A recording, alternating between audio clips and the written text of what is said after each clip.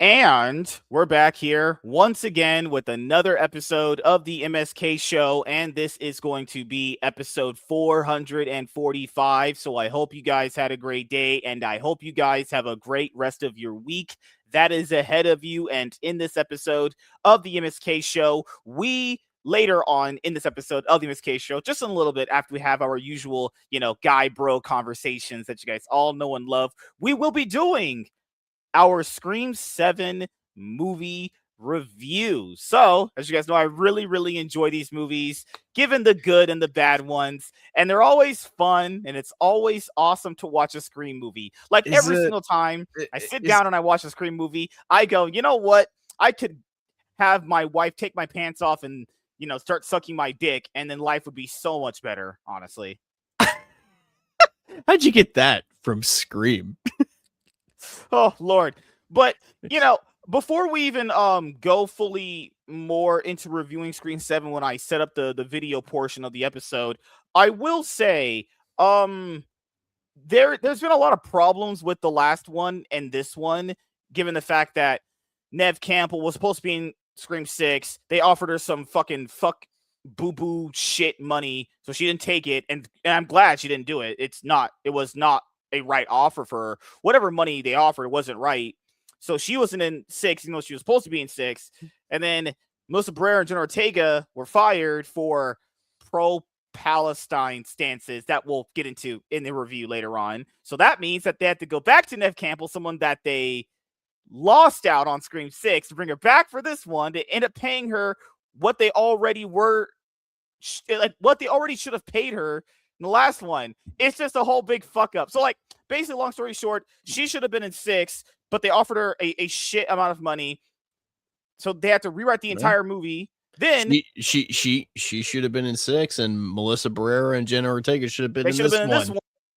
So they ended up going back to Neve Campbell anyway. It's like, why didn't you just offer the fucking money anyway? I get it. There's negotiations. It's almost like when you fire the 2 new leads of your fucking trilogy, you have to find somebody else. It's crazy because, and hey, I know people are going to be like, but MSK, she was guys, I'll explain it to you. All she pretty much said was that the media doesn't show you the other side. That's really all she said. She had a free Palestine post on her Instagram story. I wouldn't give a damn if she came out as a dog fucker. Her and Jenna Ortega not being in this movie is first of all, stop it.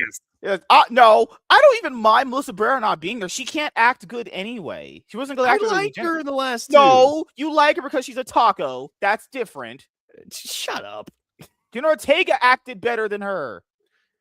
Jenna Ortega not being there kind of sucks because she can actually act. Melissa Barrera can't act for shit. I'm sorry. She's not good.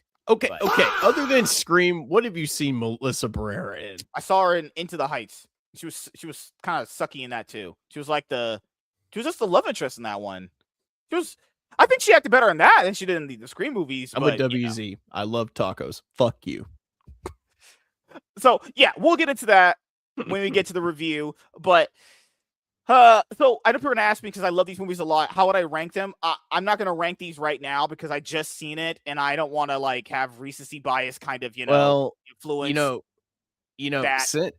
Since we're still doing the guy talk, did you see the we have guy talk here? I thought this was bullshitting. You're the one that said guy talk, fucker. If you want to call it bullshitting, just call it bullshitting.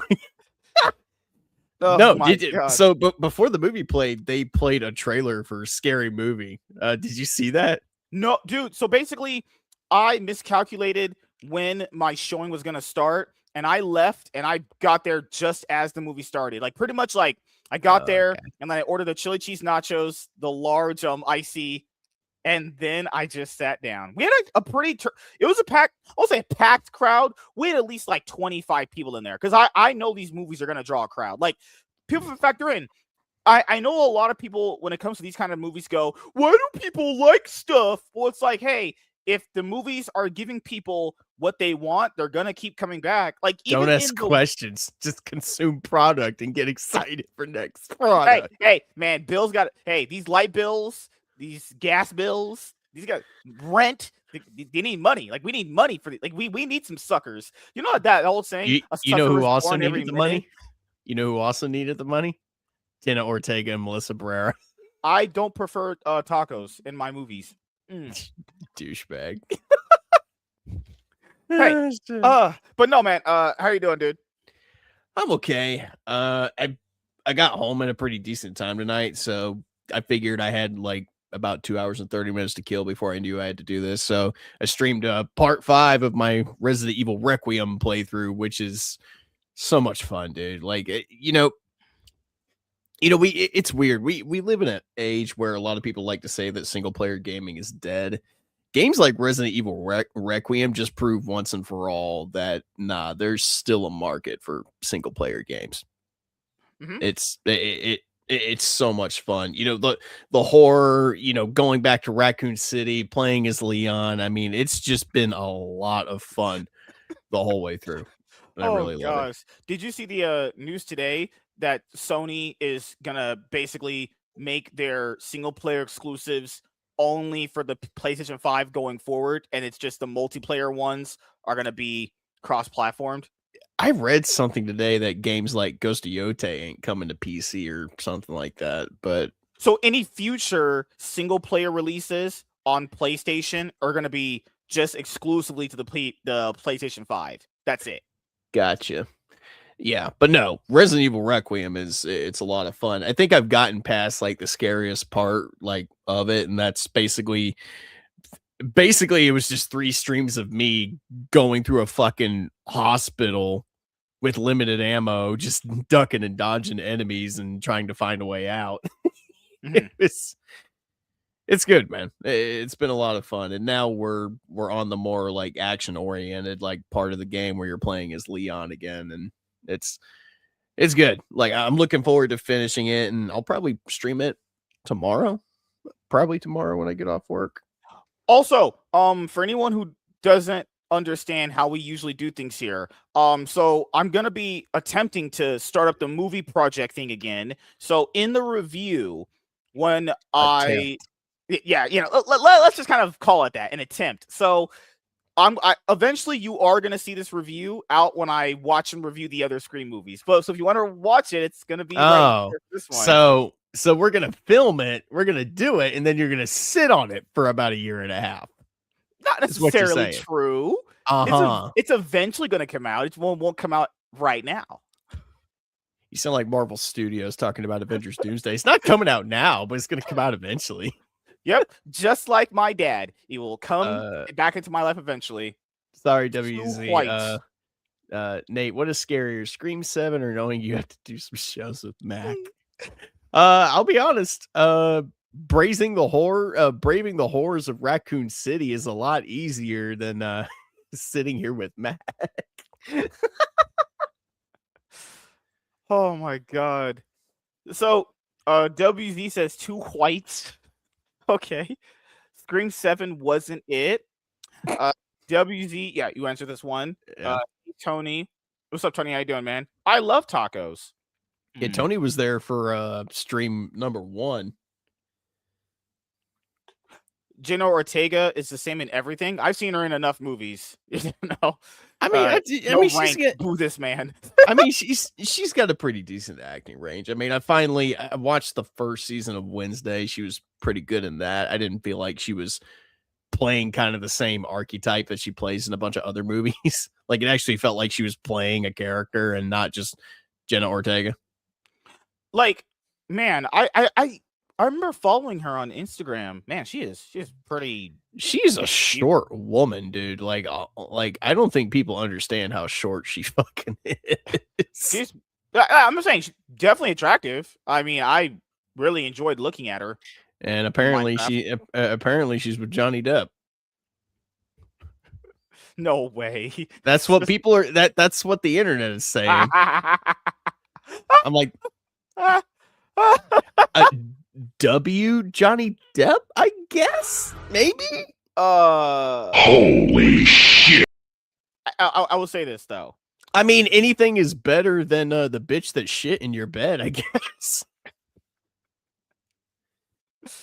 Oh my god. Oh fuck. So when her parents come over, they're gonna be like, "Hey yo, how you doing? Hello." I mean, they're both consenting adults, but still, isn't he like what, maybe 30 years Oh older no, than it's her? that's a huge W for Johnny Depp. But it's like, does he have to check if she has a green card whenever they go out to dinner or something like that? Why does she need a green card? She's a Mexican. It doesn't mean she needs a green card. You And know, you don't know if she's Mexican or not, you fucking idiot. so like whenever they go out to dinner and he says, "I would like to order my drink with extra ice," is she gonna get triggered? Oh, Now, Come again. oh, if he starts making indirect jokes about bombs dropping, that might trigger her. I don't fucking know. oh God. So she was in Abigail, and then she was in this other movie called The Copenhagen Test. The what? It was with Simu Liu. That shit probably went straight to streaming. Prob- Wait, that sounds familiar. Isn't that a series? Is that a No, series or it's a a TV movie? series. Yeah, holy crap. No, yeah, I think I know what you're talking about. Went Yeah. straight to Peacock. No, I remember going to the theater and like seeing ads for it, and I'm like, nobody is watching Shang-Chi do that shit. I'm sorry. Like he is such a fucking tool. Like you want a prime example of somebody in Hollywood that is so up their own ass. Look Yeah. look at Simu Liu, dude. That motherfucker. That guy. I guarantee, for all the badasses he plays in his movies and all the TV shows, I guarantee that guy's never won a fist fight in his whole fucking life. I don't even know if this is going to be getting a season 2. It looks like it's just a one and done kind of thing. Because it said right here, all 8 episodes released. Motherfucker thinks he's Jackie Chan and turns out he's Steven Seagal. They're like, we can't premiere this week to week all at once. Get this away from me, please. No, Simu Liu is a fucking loser. That guy is just too big of a Wong Ching Chong Dude, for me. if you want to get like literal brain tumors, just like go to his ex and like look at the shit he tweets out. You just like, why? Why? No, she's no, I mean apparently they have Melissa Barrera listed married to Javier Zazueta. I mean, she's been married since 2019, actually. I say what I like Melissa Barrera, dude.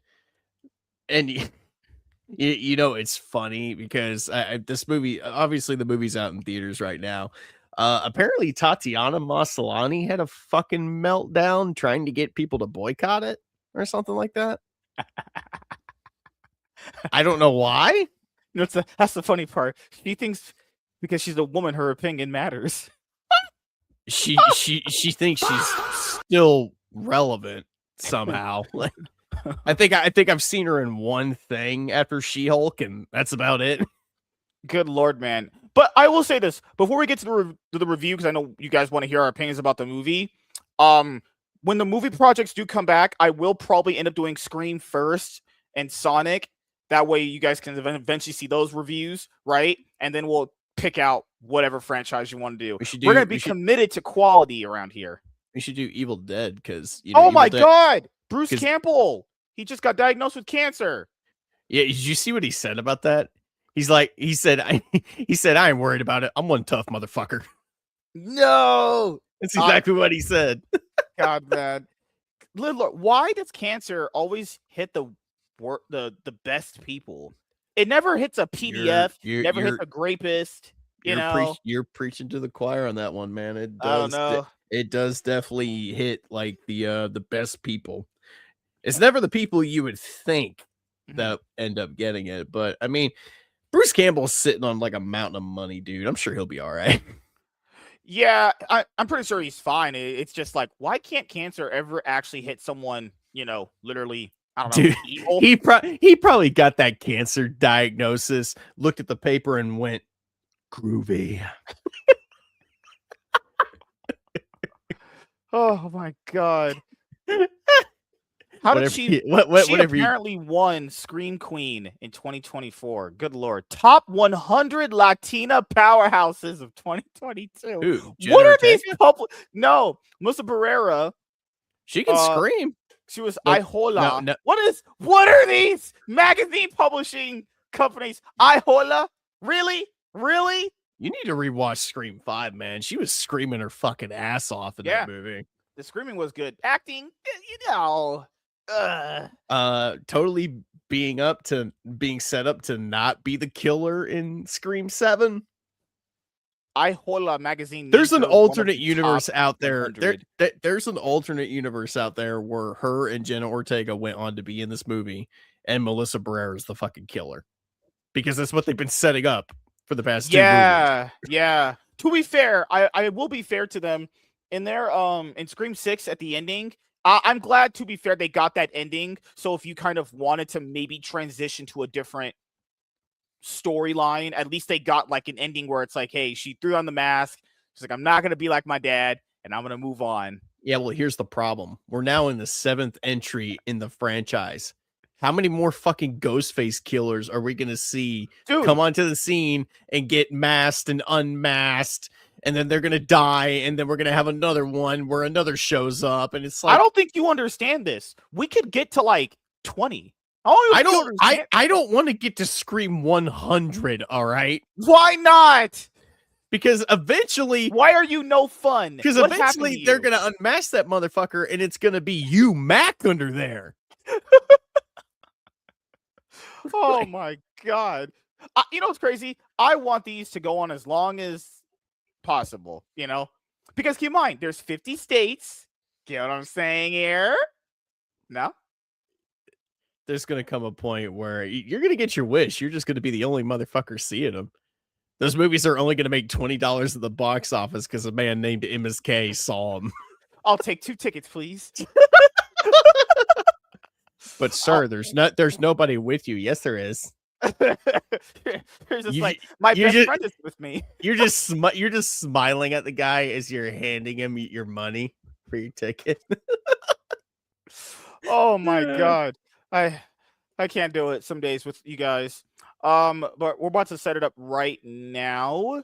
7th film in the series. Let me make sure I have the bio page up here. That one guy who was playing her husband. I've seen that guy and stuff. I'm not gonna lie. I'm not gonna lie. For a moment, I thought that fucker was wearing a face mask and he was gonna pull it off, and it was just gonna be it was just gonna be Stu. Who played her husband? Who was her husband? I've seen that guy in other movies. I've seen him in a couple things too. He's good. Yeah, he's just not memorable as a name. No. Good Lord. Fucking hell. By the way, best kill in the movie goes to Gale. Nothing like running a motherfucker over with your car. Oh, right. I did like the one where he put the dude's head on that spike. That was pretty cool. Yeah. We'll talk about that more. You could tell that was so fake. I know there was oozing water coming out of that fucking thing's mouth. It wasn't actually fake blood. It's like, you can't afford fake blood to come out of that. Really? Nah. Dave Arquette. Who played her husband? Oh, Joel McHale. They probably gave Will Arquette $1 million just to cameo in this fucking movie. Oh my God. All right, let's get into it. Oh my God, we're gonna have so much fun. Yeah, as you guys know, I love these fucking movies. They're so fun. Even Nate had a good time. That's why he smiled. Enjoy that in your body, Nate. Enjoy that in your mind. Let the ghost face flow through you. Have fun. Can I go back to Raccoon City now? No. That's for nerds. I can't wait till we get Scream 8. I mean, they said if this one makes money, they'll do Scream 8. Okay, so like this one's budget is $45 million. I don't know the marketing on it yet. I read somewhere that it's already made like $85 million. It's made currently right now it's at $104.5 million. All right, so it's pretty much made back its budget, more or less. Less. Yeah, so I don't know what let me look up Scream 7 marketing. Oh my God. Scream 7 marketing budget. The total marketing spend is estimated to be around 30 to 36 million. Man, they don't spend a lot on horror movies at all. 36 million? No, that's why That's why they keep making horror movies, because they're just they're fucking relatively cheap to make, dude. And what's crazy is cheap at $45 million. That's crazy to call that cheap, though. It's $45 million. That's crazy. Okay, so Give it another 20 years, cheap is going to be like $150 million. okay, so the movie costs, so it says 45. We'll do 45. What's 45 plus 30? Fucking hell, 75? I don't know off the top of my head. I'm I'm not not a math guru. guzzler. Yeah. Oh my god. So it's gonna have to make a lot more money than this, but let's just say 45 plus 30, so 75 times 2.5. So its break even point is 187.5. But then again, come on, these are like estimated based off estimated marketing spend for these movies, right? So roughly 11.8 million was spent on national TV advertising. 11 million on TV advertising? I felt like this movie really didn't get that much marketing. I'm not even gonna lie. They said they also spent $10 million on a Super Bowl spot. Like, it got the one trailer, and then I think that was about it. Because Scream 6 budget was 35 million, but it ballooned. Like I could have swore Scream 5 was marketed a lot more than this fucking movie Scream was. 6 was marketed a lot more too. But that's crazy. Yeah. I mean, it's gonna make money. I don't think this one's gonna be exactly as I guess as the other one. There's no way. I guess the joke about Neve Campbell being washed up actually had some legitimacy to it. I don't know. I will say, if Neve Campbell chose to sit on my face, you know, I'll give you that. I'll back that. There was older women are better at sex than younger women, though. There was a moment in the movie where I'm like, damn, Neve Campbell actually looks pretty damn good right now. She always goes to like those horror conventions. I wanted to go to one and see her when she wasn't gonna be in Scream 6.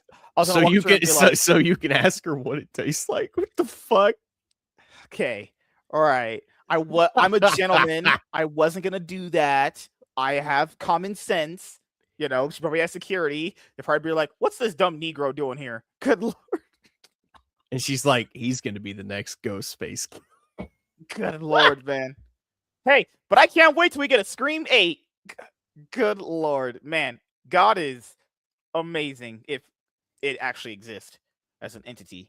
He exists. Now, I will say this. If God gives me a Scream... Can we have a black... We never had a black killer ever in franchise. Have you noticed that? There's never been a black male or female... Hey, maybe your turn to shine, MSK. You know? Oh, God. If I was you know what, I'm gonna ask you right now. So theoretically, if you were the Ghostface killer, what would be your motivation? Like, just hit me with it. Why are you doing this? Like, why are you going around killing all these people? Whether it's Jenna Ortega, Melissa Barrera, probably or fucking liberating the world of black people. What does that got to do with trying to kill Jenna Ortega and Neve Campbell? I wouldn't kill them. They can live. Just blacks. You'd be the worst fucking Ghostface of all time. You're not even Ghostface. You're just a Klansman in a ghost face mask. Oh, like what the? You just be a clan. You take off the mask. You're just in a clan outfit. You're not even wearing the Ghostface cap. It's just a ghost. It's just a clan outfit on. It's Ghostface. No, he actually looks like. You could call him Niger. Nigger face. Oh my god. No, the entire outfit is white, but the like mask part is just black. Yeah, I feel like I don't know. We'll have to see how it all plays out for you guys, because sex with women is so overrated. All right. Also, next week we'll be bringing back our comic book reviews on Wednesday with Dingus Den. Dingus Den. What's crazy is he stood me up these past couple of weeks. He scheduled something else with other people. That's what ended up happening. So he left me. How dare him have a life outside of you? I didn't say you guys could have lives outside of me. The fuck? Man, fuck you. I'm gonna go. You better lower the fucking bass in your voice before I go stream more Resident Evil Requiem, motherfucker. Oh, also, here, I'm not a person that ever really, says these things or goes over these things unless I'm on Twitter. That's a different story because Twitter is like Modern Warfare 2 lobbies for me. If there is a person Funny. talking in I thought it was like the Mission No Russian.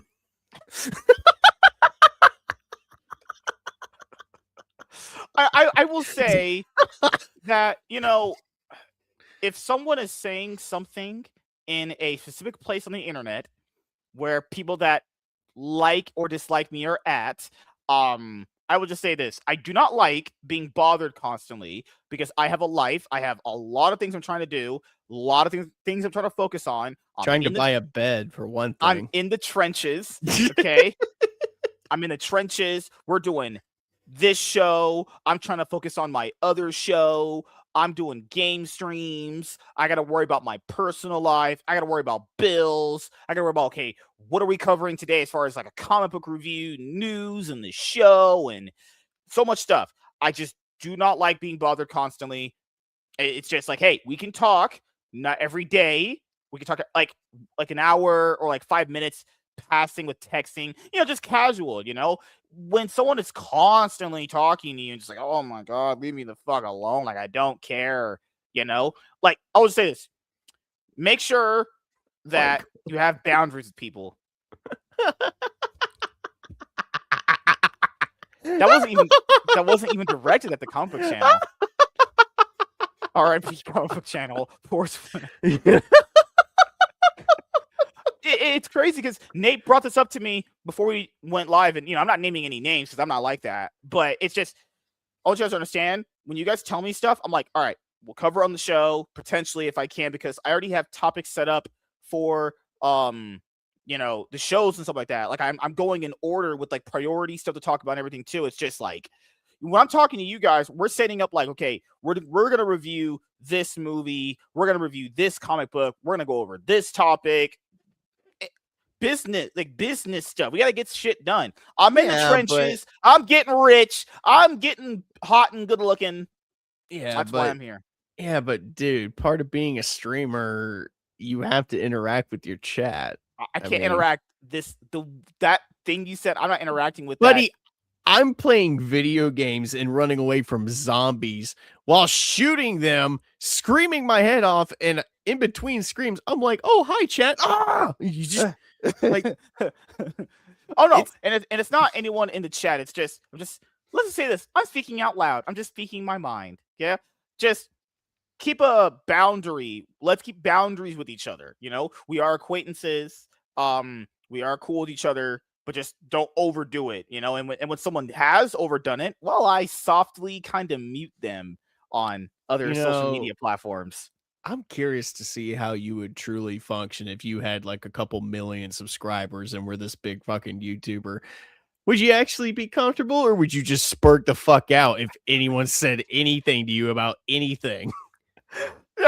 I have to keep people at a distance. You got to be like right there. You got to be gone. No. So if your dad came back, you're like, sorry, Dad, I have to keep you at a distance. He would have to exist for that to happen anyway. Oh, shit. He's just staring at you through the window. He's got a jug of milk in his hand. He just turns it over and like pours it out while making heavy eye contact. Oh God! All right, let me make sure I get my Scream stuff ready. I brought you milk, son. It's not skim milk, son. Good Oh, Lord. God. The legendary Wes Craven. God damn it. It's gone. I read somewhere apparently Robert Englund wants to play Freddy Krueger one more time. No, I thought he said he can't do it anymore because the whole getting into the apparently not. Apparently not. Motherfucker. He must have dementia or something. It's like, didn't you a year ago say you didn't want to do it? No, I definitely want to do it. I definitely want to do it. Like, damn it, Robert, you can't even make up your fucking mind, dude. All right, so Wes Craven, he created the franchise. He wrote first two movies. He didn't direct them. He wrote the first two, and yeah, they swapped out the other two. Okay, all right, now I got it. Oh my god, I'm old, guys. Why am I so old? You guys remember Miramax? Miramax and Dimension Films? Yeah, they're all gone now. All these production companies, Yeah. they're Well, gone. I think Miramax kind of went under after Harvey Weinstein got arrested. Allegedly in Minecraft. That was one of his companies was Miramax. Oh my god. Also, man, in Scream 3, man, when it's revealed that her mom potentially blew a guy for a part in a movie and it made her go insane, it's like, what the fuck? What were they thinking in these movies? At some point, there wasn't a story. They just went, fuck it, right, whatever. I wonder if they were taking real life inspiration from somewhere. You know, allegedly in Minecraft, most likely. So, all right. Let's get into it, boys. You guys are ready for quality, powerful dialogue? Yes, I'm ready for the slaughter that's about to begin. Oh god. These movies are always going to be a kick in my balls. Wait.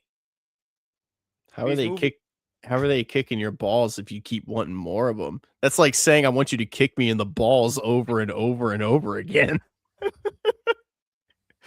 All right, so we'll have to get into it, boys, because then we'll see where we're headed. So let's do this. Also, keep in mind, guys, when we're going to be doing movie projects, you will see this review after we've, watched and reviewed all the other ones. So if you do ever want to come to this episode and hear our opinions about the movie here, you can. Same thing with Sonic 2. Sonic won't be that hard. There's only 3 movies in that one. This one has checks notes 7.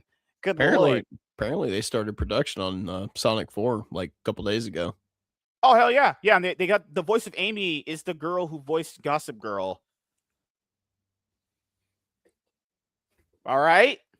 What? She better not do that oh my god. Dude, imagine the movie opening and her going like, "Spotted, I just saw Sonic racing down the streets of New York City." Well, now because you said it, she's gonna say it. No! Oh my god, Spotted, I see a red echidna fisting Amy in the ass and digging her shit out. Why is she narrating herself getting fisted? Huh? I love when BBC just tears me apart. Okay, that's enough. That guy Shadow, he sounds like Keanu Reeves. So out here just breaking the fourth wall on every part of the movie and shit. It's Sonic and the gang are like, who the fuck are you talking to? Oh my gosh. Bro, they're like going like, what are you doing? She's just like in her own little monologue and the camera just fades right into her. Hey, yeah. What the fuck is wrong with you? You stupid bitch. Like, goddamn. Oh god. All right. There's a new Ghostface killer around. And his name is Mac. Bland face. Apparently he wants to purge the world of God damn. That's so horrible. I want to be clan face.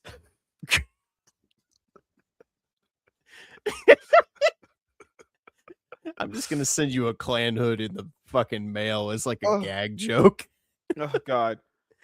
If I do that, you're gonna have to wear it on stream. And you know what the reasoning? You know what the reasoning would be? Why did you kill these people? I couldn't see them. They smiled at me in the dark and scared the shit out of me. Oh, that's not right. God. I'm so sorry. Oh god, fuck me. So sorry. Oh god. You as the Ghostface killer. That is the worst idea in human history. That'd be the best thing ever. I could liberate the world of animals. Dude, okay, and before we get to the review, Candace Owens looks like a chameleon. She is truly one of the ugliest fucking people I've ever seen. She's like slowly molding. It's like the stupider she gets, the more her true form comes out. It's like she's shedding her skin, the more evil she becomes. She's a Resident Evil boy. Good Lord. Fucking hell. Fucking Oh, hell. God. I just don't like. Oh my God. Remember What? Family Guy? That episode where I think it's like in season 1 that the character named Diane Simmons was like, Tom, I just plain just don't like black people. What does that got to do with Scream 7? I just find that old Family Guy had those most random jokes. She was just, oh my God, because they're at the episode that they were off air. Do you remember the episode where Jerome first appeared and it's revealed that him and Lois have like a history together, and she's holding Stewie while he's standing there, and he's like, wait a minute, are we being robbed?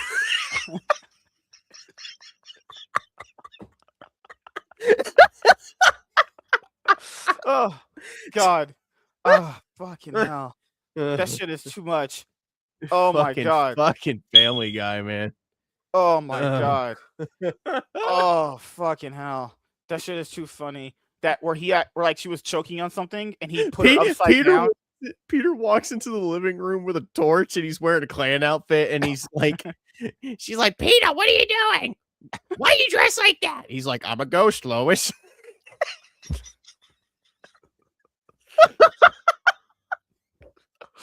Oh.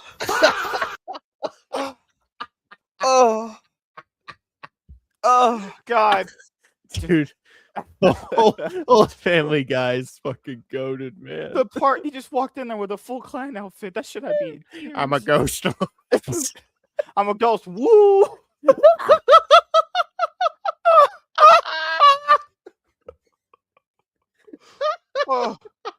Oh, Walter, what's so funny? Oh shit. Oh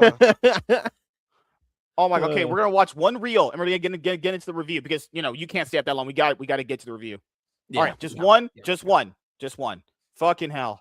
Okay. Holy shit. Fuck. Okay. Let me make sure I take people's names down. Dad. I want a baby brother for Christmas. Oh, honey, but Daddy's gone. But all it takes is a Christmas miracle. What's going on in there? Mama? Ho, ho, ho. This spray gets... What the Dad. This is David, my boyfriend.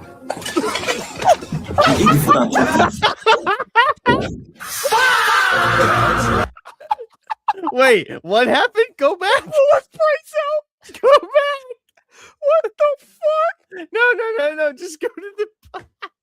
Dad. This is David, my boyfriend. Sir? Wait.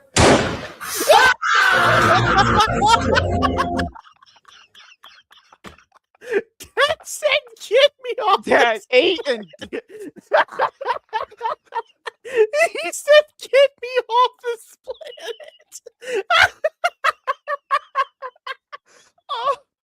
oh, bro just took a bite so he could choke. Okay, that one actually was.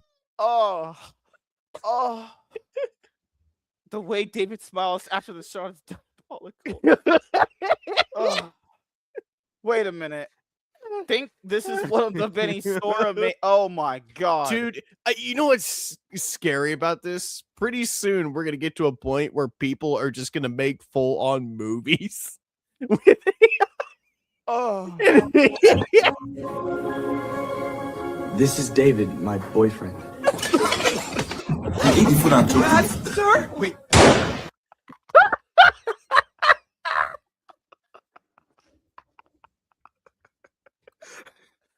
Oh.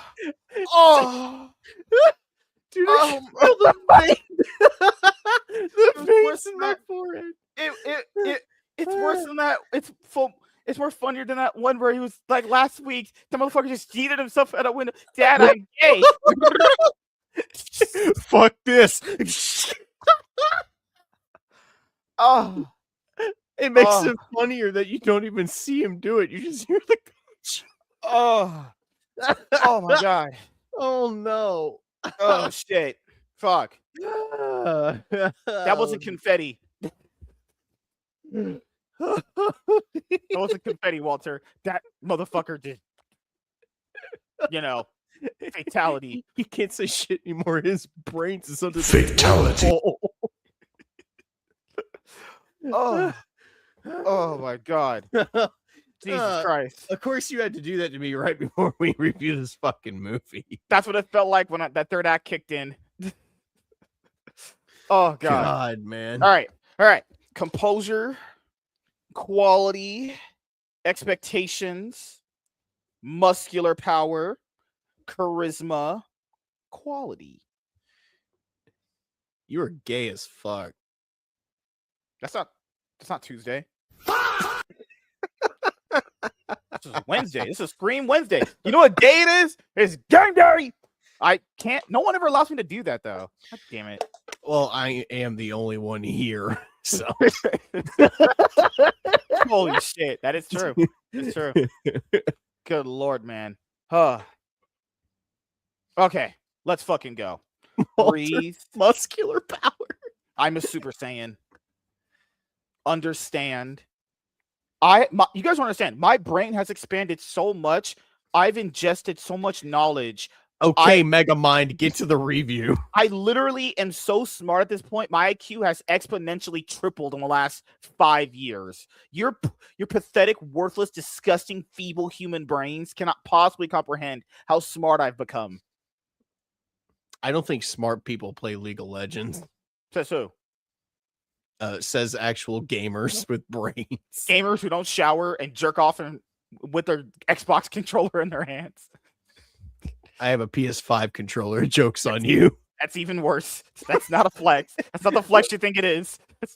Well, I do have an Xbox controller. God damn it.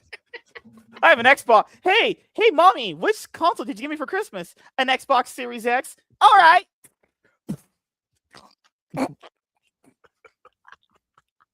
He can play Xbox forever now. All right, let's do this. All right, yeah. Composure, quality. Hey everyone, I am MSK, aka Master Swag King, coming at you guys today with another video. And if you guys are returning viewers or new viewers, then please consider subscribing to the channel if you have not already. Leave a like on this video if you enjoyed it and comment down below. Also, make sure you guys hit the notification bell. That way you guys can get notified on whenever I upload a brand new video or go live. And in today's video, we are going to be doing a movie review on Scream 7, the 7th film in the Scream film series. So, as you guys already know, I love these movies. They put a dildo on my ass and they fuck me repeatedly, just like my wife did last night when she dog walked me as I was choking on some fat fucking cock. All right, first time's a charm. What? I'm concerned. MSK. Well, for shame, bud. Let's fucking do this. Let's fucking go. Ugh. All right, one more comment. I actually feel bad for MSK's brain. MSK hypes it up so much just for it to put up Morbius level IQ levels. That was the most clever way I think anyone's ever called you stupid. Oh, God. Right? That's actually the most cleverest way someone's actually insulted me. Basically calling me retarded. Was it an insult or was he just being factual? Yep, that's true. All right. Let's fucking do this. Hey everyone, I am MSK, aka Master Swag King, coming at you guys today with another video. And if you guys are returning viewers or new viewers, then please consider subscribing to the channel if you have not already. Leave a like on this video if you enjoyed it and comment down below. Also, make sure you guys hit the notification bell. That way you guys can get notified on whenever I upload a brand new video or go live. And in today's video, we are going to be doing a movie review on Scream 7. And Scream 7 is the sequel to Scream 6 and the 7th installment in the Scream film series. This film is directed by Kevin Williamson, and the screenplay is by Guy Busick and James Vanderbilt. And this is the first installment in the Scream film series that Kevin Williamson actually gets to direct. He actually wrote several other installments in the Scream film series, but he finally gets his shake and butthole. Wait a minute. Nate, look at me. What? You think I'm black? You were doing fine. What the fuck All right. happened? We're doing quality here, and we're gonna do it right. It's my money, and I need it now. I'm not going retarded, guys. I'm just insane. Don't make me put you back in the corner, you little shit. All right, let's fucking do this. All right, third time's a charm. I'm going Super Saiyan. All right.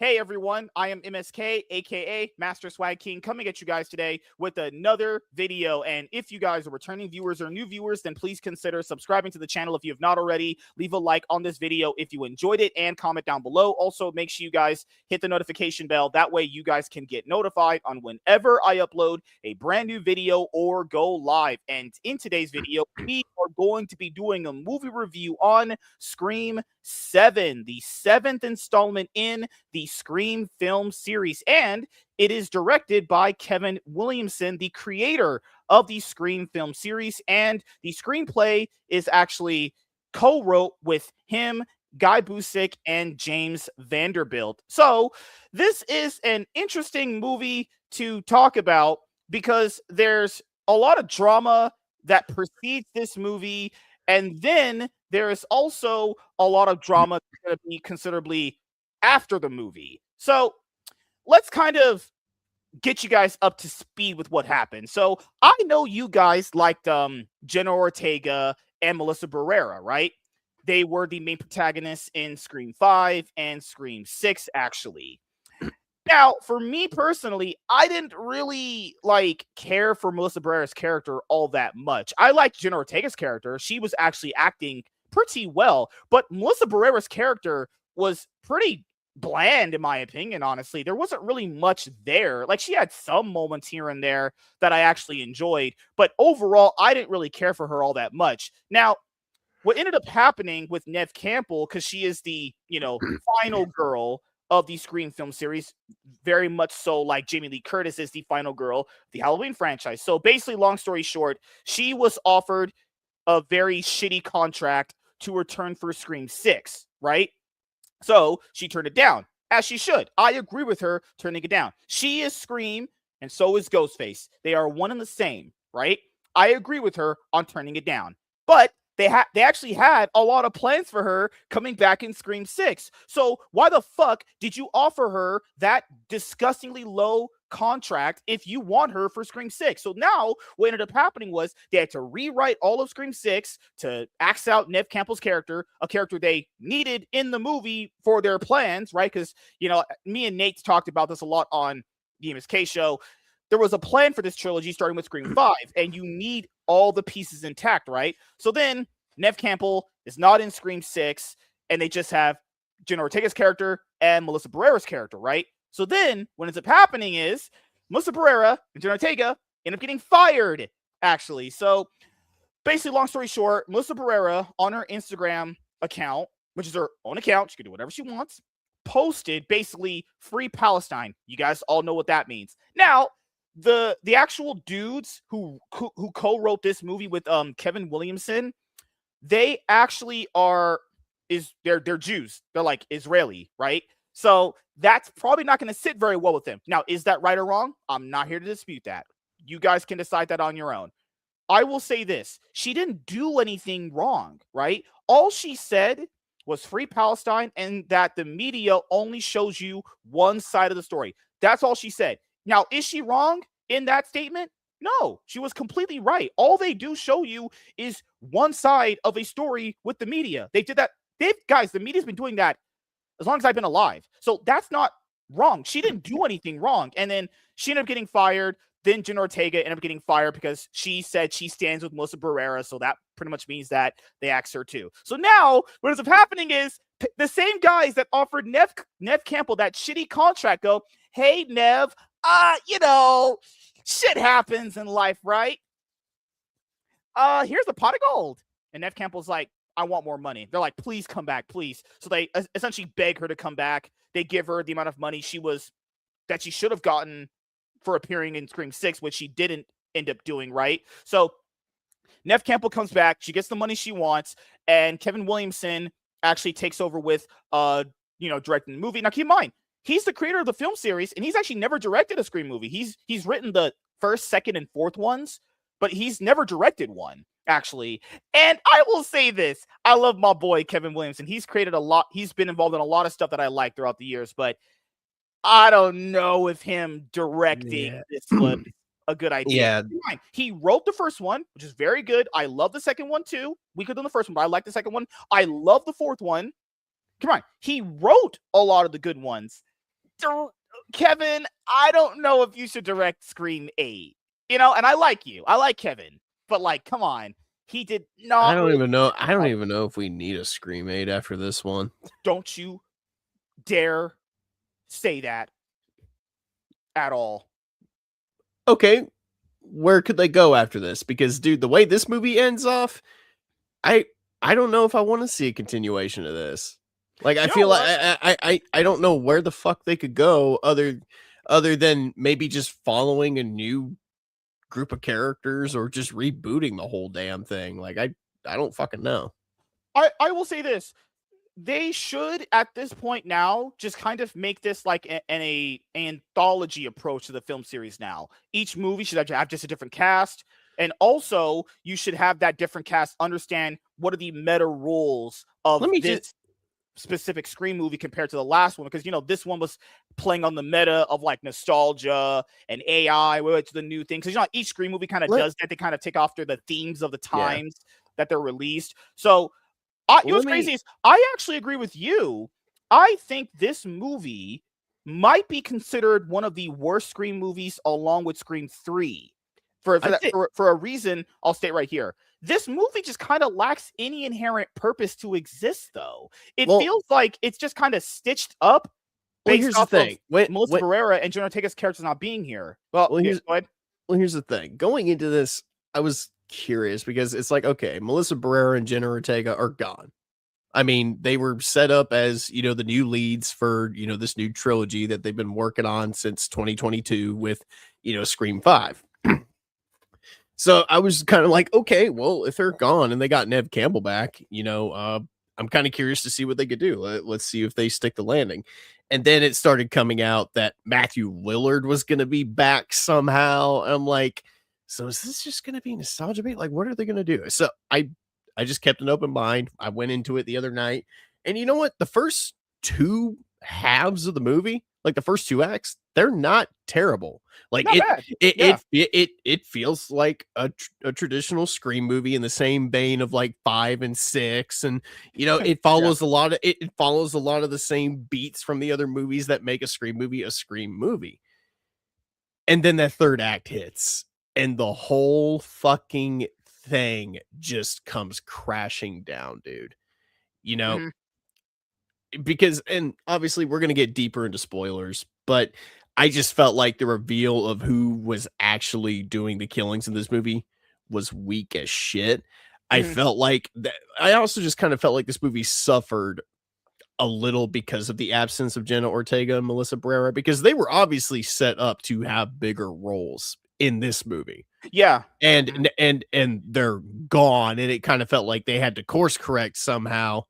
And it kind of felt like they were too afraid to do what they originally wanted to do. Like, I'm not going to lie. I thought Stu was back. Like, I wholeheartedly thought that motherfucker was under the mask, was doing the killings, and it was like, oh shit, he somehow survived the events of the first movie. And honestly, that would have been a better approach with how they were executing the movie. It would have been a better fucking reveal than the shit they gave us at the end. Hell, me and you were talking about it before we went live. If they had gotten, because there comes a point in the movie where it's like, okay, all the possible suspects that we could have like crossed off the list as Ghostface killers are fucking dead. It's like, and they pretty much established that there are 2 Ghostface killers running around. Dude, perfect layup. You had a perfect layup for Jenna Ortega and Melissa Barrera to like rip off the fucking masks and bam, they're the fucking Ghostface killers. Because in the previous installments to this one, they had Melissa Barrera's character like going through that, like, you know, those motions that characters go through in their own head and they're inner monologuing, and she's inner monologuing in the previous movies about like almost becoming, you know, like her dad. Because the first one kind of 5 sets it up for her, and then 6 is the layup where 6 is like having her character go through like, man, I must really be like my dad when they finally kill off the, you know, killers in the 6th one. I will say this: people dogged on Scream 6. I don't really understand why. I thought Scream 6 was actually pretty good. I actually really enjoyed Scream 6. It just, it's just with everything this movie set up, I just thought the payoff was very fucking weak. Well, let me finish. I just thought it was very fucking my weak. wife doesn't allow that, so I just thought the payoff was really weak. It's like it's not Stu. All right, fine. It's not Jenna Ortega or Melissa Barrera. But wait. So who is it then? Oh, it's her neighbor that's got a really annoying fucking son that won't stop staring at their house, and some lunatic guy that worked in a psych ward. Huh? So like, I will say this: they could have made her work. It's just the second person, right? So we might as well get into it. So, okay. Also, Nev Campbell's character, Sidney Prescott, she does mention the New York incident because that is Scream 6. They remind you of Scream 6 every 5 fucking minutes in this movie. It's like they want to say Jenna Ortega and Melissa Barrera, but they can't. They just stop short of mentioning those fucking characters. Yeah, and keep in mind, we've always kind of did movie reviews like this together, and we've kind of always did them in a specific way. But I will take a different approach this time around. I want to take a different approach and tackle several things before going through the movie with you guys. So my thing with this movie is why it suffers and it's not as good as the other ones I've watched. I feel like the characters in this movie, and keep in mind, I've always said this, and I know you guys always understand how I feel about movies like this. Movies like this always have tropes, right? And they're expected to constantly be a thing, right? I feel like going into a horror movie or a slasher movie, you can't really expect well-written characters. You can't, because that's just kind of been a trope in these movies longer than I've been alive, honestly. I think Sydney's written really fucking well in this movie. Well, actually. keep in mind, she is written perfectly fine. The problem is that all the other characters just don't really get anything to do, really. It feels like they're not even really a part of the movie, though. So I'll start with outside of Sydney and her daughter. I want to start with Gail, right? Gail has a awesome moment in the movie, and then she's kind of just like sidelined and not even in the third act. You would think that she's this involved in the movie. She's this involved with coming back. Oh, wait a minute. That's another person I thought it could have been. Was just Gail. No, I never think it was her. No way. Maybe Gail just finally got tired of never getting that fucking interview, and now she's gonna kill Sydney because of it. So I want to go further into this. So I feel like when it comes to movies nowadays, this one also suffers that. Your characters have to have some sort of purpose. And the reason why Scream 6 did it better is because it integrated the characters a little bit more closely together. So it also had a really clever connection that tied back to Scream 5 that you really didn't think about until the very end. And you're like, oh shit, it kind of props it up a little bit. Aside from them mentioning the events of New York from Scream 6 in this movie, it doesn't even feel like a proper sequel. Yeah, because this one, I would say, suffers in a lot of the dialogue and character aspects. So I'll start with Courtney Cox, who's Gail Weathers, who, you know, I love me some older women, even though they have baggage and they're always ran through. She looks like a fucking face mask, dude. She does not look great. Like, you know, God, man, whatever makeup they have in Hollywood for women is way better than the regular bullshit makeup girls buy at Walmart. That's woman's a mega makeup right there. That woman's face is nothing but fucking surgeries after plastic surgeries, and it's like, good lord, like just stop. I'll start with Courtney Cox's character, like I said, Gail Weathers. So her character essentially kills one of the ghost faces in the movie at the end of the first act, right? There's 3 in this movie, technically, right?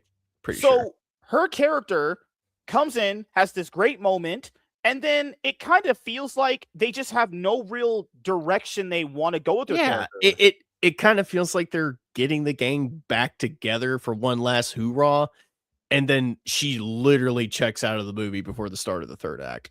Which is crazy because she's so involved with helping Sydney. She's like, I'm just so, and that's not Courtney's fault. The actual actress, that's her fault. That is the writing on that. Why would you introduce Courtney Cox in the movie in that awesome way where she comes in with the other two characters from the last movie that were Melissa Barrera and Jenna Ortega's friends? It was the brother and sister. Yeah. And why was she absent in the third act? It makes no. She was involved in every third act in all the movies except for this one. Well, I guess you could make the excuse that they wanted to focus on like the tense moments with Tatum, which we'll get to her in a moment too. Right. But I mean, yeah, it just kind of feels like, well, she's there and then she's gone, and then she shows up like maybe 2 minutes before the credits. It's like, where the fuck were you? Like that. If I was Sydney, that would have been me. It's like, Gail, where the fuck were you? She pulled that fucking thing that I showed you in that Instagram reel. Bro just said, "Hey Sydney, there's a ghost face killer." She said, "Meet me." Pew! Oh my god, that was so jarring. And I want people to understand movies like Scream movies, they're kind of supposed to be like B movie fun, right? They're supposed to be fun. But there's things that you notice in B movies like this, and they bring them down. Like, there's no reason to have her character have that moment and then just not have her involved in the final act at all. She's literally gone like my dad, just roadrunner that shit. Leaped out, gone. I mean, her hitting that one Ghostface killer was like the Roadrunner running over Wile E. Coyote. I mean, and also the Family Guy, he finally did it. The fucking coyote did it, and that guy, he's like, "Is he okay?" He's like, "No, he's fine. Keep going." Nah, man. Gail should have been like Peter with the shotgun. I just want to talk to him. I just want to talk to him. Sydney's like, Gail, stop it. I just want to talk to him. Also, the brother and sister character who were in the last movie. So basically, the girl is supposed to be like that guy in the first. I'm not gonna lie. I'm glad you pointed out that's who they are, because I completely forgot that's who they were. Like, I was watching the movie and I'm like, I feel like I should know these characters. Like, who are these people? So thank you for reminding me of that. So, oh my goodness, I'm blanking on the original guy who did this kind of thing in their movie. The girl is supposed to be a successor of that. I don't think she's done ever a good job of doing that. But keep in mind, they're fun.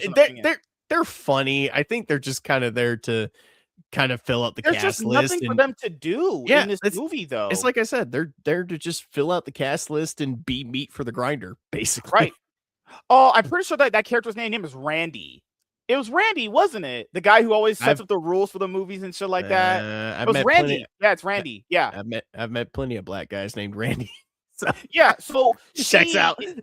So she is supposed to be like Randy, or where they set up the rules for the movie. And I love that stuff. Keep in mind, guys, even though this movie's not that good, I loved what. Keep in mind, I truly don't think there's an actual bad Scream movie until this one. At Scream's core, it's like you said, they've always been like B-level like slasher films, but they're B-level slasher films that literally poke fun. And they're meta competent. They literally poke fun at the horror genre as a whole, especially the slasher genre. So she's not a good Randy. She has nothing to do in the movie, really. Then the guy who was dating Jenna Ortega's character, he's here. He gets really nothing to do. Then her daughter's character, Tatum. So she has a daughter. Keep in mind, we already know she has kids.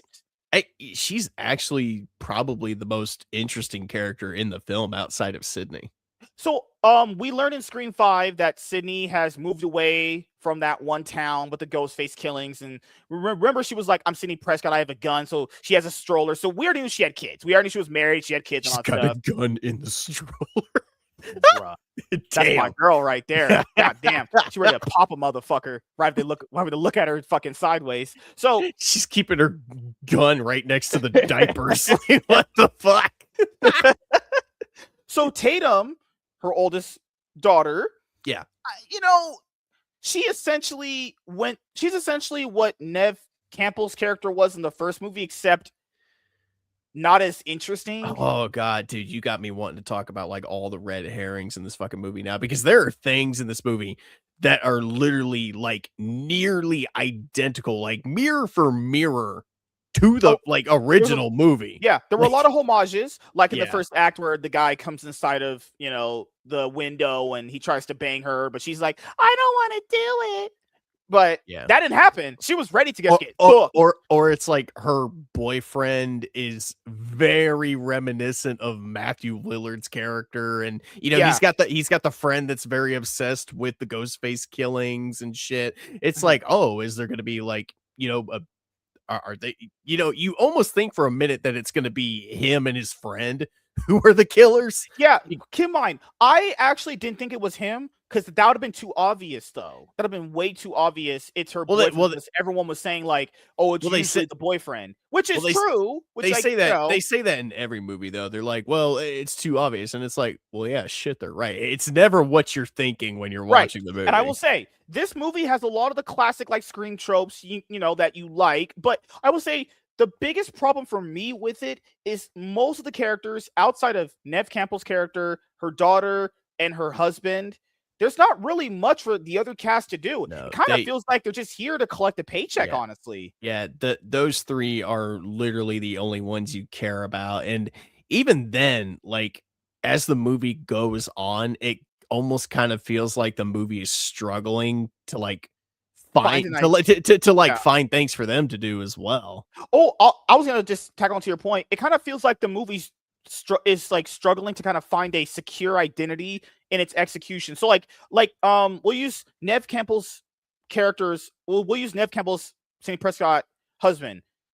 He's supposed to be like this police guy, and I know most cops aren't like super smart, but it's like if you find out that there's a new Ghostface in town and he's like hunting your wife and all that stuff, you gotta tell your wife like, "Hey, we need like armed security here." Why? Yeah, that's a very like thing that's a thing in this movie that kind of made me raise my eyebrow a bit, because one of the big things about this movie is the relationship between Sydney and Tatum.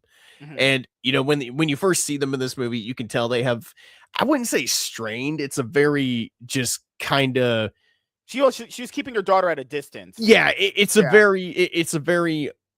mother-daughter relationship in that vein of, oh, she's a teenager, she's kind of bitchy, but Sydney's kind of like keeping her like at a distance. But you find out that Tatum is kind of resentful of her because she doesn't really know that much about her mom or her past, and she just does not want to talk about it. She's also very untrustworthy. She doesn't trust anybody around her daughter or anyone like in the neighborhood or all over the town, basically. My thing, I don't understand how her daughter doesn't understand that. Like, I get it, guys. She's young. She doesn't understand a lot of things. But if you're Sidney Prescott's daughter, you have to understand why she doesn't trust people. She would have the ultimate reason why not to trust people. Like, it makes perfect sense why she shouldn't trust people. I think one of the characters in the movie even says that. It's like, dude, if anybody has earned the right to be crazy, it's your mother.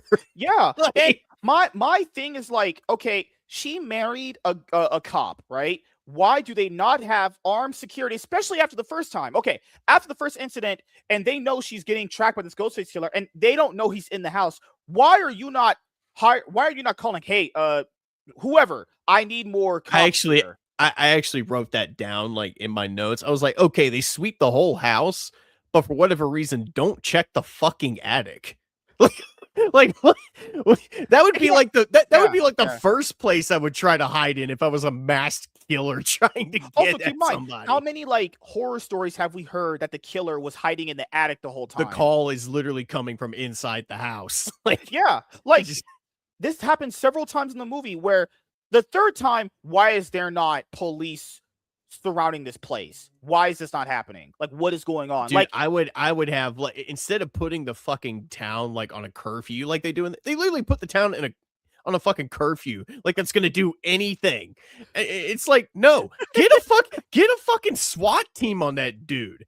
Like, just send his ass to hell ahead of schedule or something. But no, we're gonna put the town on curfew like it's fucking COVID-19 all over again. Like, fuck you. So another thing that I had a displeasure for when I was watching the movie was there's like these moments in a Scream movie that make you feel like you're having a good time. And keep in mind, the movie is a relatively good time. Yeah. I'm not gonna say it's just overly bad, but Let me ask you this. I feel like the dialogue was really just kind of meaningless for a lot of the characters, not for Sydney though. Like the dialogue was just meh. It just means shit. Well, like we touched on, other than Sydney, Tatum, and her new husband, everybody else in this movie. Well, I'll throw Gail in there too, and Matthew Willard, because spoiler alert, Matthew Willard actually has a part in this movie that we'll talk about in a second. Other than them, everybody in this movie, like I said, is literally just there to be meat for the grinder. They have little to no personality, and any kind of character traits that they do have is basically just kind of thrown out the window before the start of the third act, because they're all fucking dead before the start of the third act. Dude, I did love that part where she clocked her boyfriend. Bro, she knocked the fuck out of him.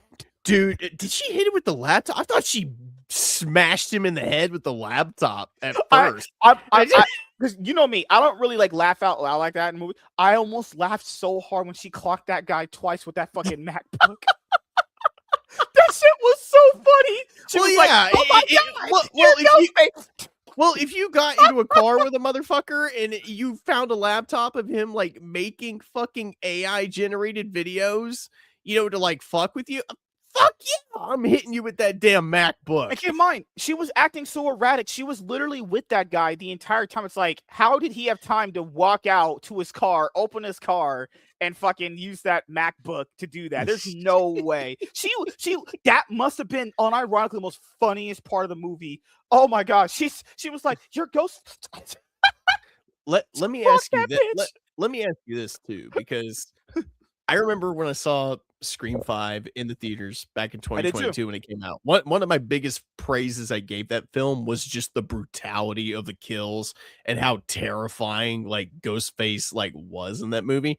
Like Ghostface was scary as shit in Scream 5 and even in Scream 6. Yeah. Great kills. There's a lot of things that Ghostface is doing in that movie that you would not normally see a Ghostface killer do, that really brought a new level of like oh shit to the film. In this movie, I kind of felt like these Ghostface killers weren't that terrifying, man. And even the kills, like I felt like the kills were kind of dumbed down too. It was hit or miss for me. I feel like the Ghostface killers were stronger in the last one. I felt like these were pretty much just what's that word? Very mundane. They were pretty much like straight. Well, there was nothing creatively different with these Ghostface killers that I haven't seen already. I feel like they just played it safe with these. I mean, this movie has like maybe 3 kills in it that I actually remember off the top of my head. You got, the couple who get, killed in the house in the very beginning of the movie before, the opening credits. You got the girl who's like, on the stage and she's trapped because she's being hoisted up by these wires that one of the Ghostface killers is controlling via like buttons and shit. And then he slashes her fucking gut open and all her intestines spill out on the stage. That was cool. And then what was the other one? Oh, it was the one in the bar that you were talking about. Yeah, where he lifts him up and he literally like puts his head down on a spike and it starts spraying beer and shit out of his mouth. My only issue with that scene is like, why are you not using fake blood? You can literally tell, like, I shouldn't be able to tell that is fake in a horror movie. That you can literally tell was they made that and did that, and it was, come on, guys. And this is my thing, dude. Is like, maybe Kevin Williamson, being behind the director's chair, was very nervous with how he wanted to execute the movie. It feels like he just played things really safe without really trying to make them a lot more exciting. Because, when you watch a Scream movie, it's supposed to be exciting to look at how differently things can go. I will give him credit. That one scene where she's in the house and he's just stabbing through that wall, that was very good. I feel like that was a very good creative scene right there. I'm not going to lie. I actually thought for a second they were going to kill off Sydney right there. Like maybe they were going to kill her off and Tatum was going to like be the new main character, but no. Holy shit. You would have walked out. You would have walked out if they did that. Meet me. Out. Fuck this. I love my MILFs. Hey, I will say, Nev Campbell, if you're watching this, hey, if you ever want some black chocolate, hot cocoa in your life, you know where to hit me up. He's never said that about himself in his life until now. Bro, that guy the opening scene where that girl falls off that chandelier and she got sent to the shadow. She did. She fell off it, got stabbed in the stomach, and he lit that bitch on fire with gasoline. That was pretty fucked Looks like up. you're going to the Shadow Realm, Jimbo. Bro, she went to the mega shadow realm. Good lord. Pretty- I will say this. To start off with the movie, so we're gonna go like, and now at this point we'll do I feel like the score really wasn't that good, and the score was very weak. Well, I'll kind of steer us in the direction we need to go. So obviously, like I touched on earlier, one of the big draws of this movie is that Matthew Willard is back. And the big mystery of this movie is it actually Stu or is it not? Yeah, and we'll get right into that. So also the last thing I'll cover before we start covering more of the movie in depth is I feel like the pacing was not bad. Because like the movie is an hour and 54 minutes. So it's essentially a 2-hour movie because you're gonna get previews and shit like that. I didn't really feel like the pacing was that bad. I feel like it was paced actually pretty good despite it being a 2-hour movie though. And I will say this, because people are gonna ask us this question with new movies because the theater landscape is different compared to what it used to be. Is this a movie that I should watch in the theaters or should I wait until streaming? As I always tell you guys, you need to make that decision yourself. If you're asking me personally, keep in mind, I like watching these movies in the theater. I feel like watching in the theater with a crowd of people is way more fun. But if you don't value the theatrical experience when you watch movies like this, you can kind of wait till this movie comes out on streaming. I wouldn't pay money to see this movie again, honestly. You shut your whore mouth. You will always pay for Ghostface. No. So you're not fun. You're a black guy, essentially. I mean, if the next one comes out and it's getting good reception, cool. But this one, if I could go back in time and like stop my past self from paying money for this movie, I probably would have stopped myself. Oh my god! So the movie starts off like these always do with a fake. I don't want to say a fake act. It's like your opening teaser. So essentially, this couple is visiting the original house that Sydney lived in, and they get killed by the ghost face of the movie. Now, who they get killed by, as far as like the ghost face of this movie, could be the first guy, could be the doesn't matter because the ghost face killers in this movie are a bunch of fucking nobodies. Yeah, doesn't really matter, honestly. Also, this was one of those opening teasers in these movies where it's like, dude, you guys should probably leave. It's so weird that the guy discovers a motion sensor ghost face and it's like, let's just stay here. What? Why? I want to know how so did they ever touch on the fact that they were allowed to be there? Like, I'm like, how the hell did they get into this fucking place? Apparently they won it was a contest or something like that to stay in there for like a week for something. So, wait a minute. So you literally drove out to the middle of fucking nowhere after winning a contest. I'm pretty sure that's what it was. I'm pretty sure. I fucking hate white people. Remember, she was like, "Hey, I'm doing this for you because you want to make this happen, and I'll try more." Yeah, from what I remember, that's what it was. All right, so then you get to Act 1. So Act 1 is basically set up like this. So Sydney is very protective of her daughter. The boyfriend tries to sneak in to have sex with her daughter.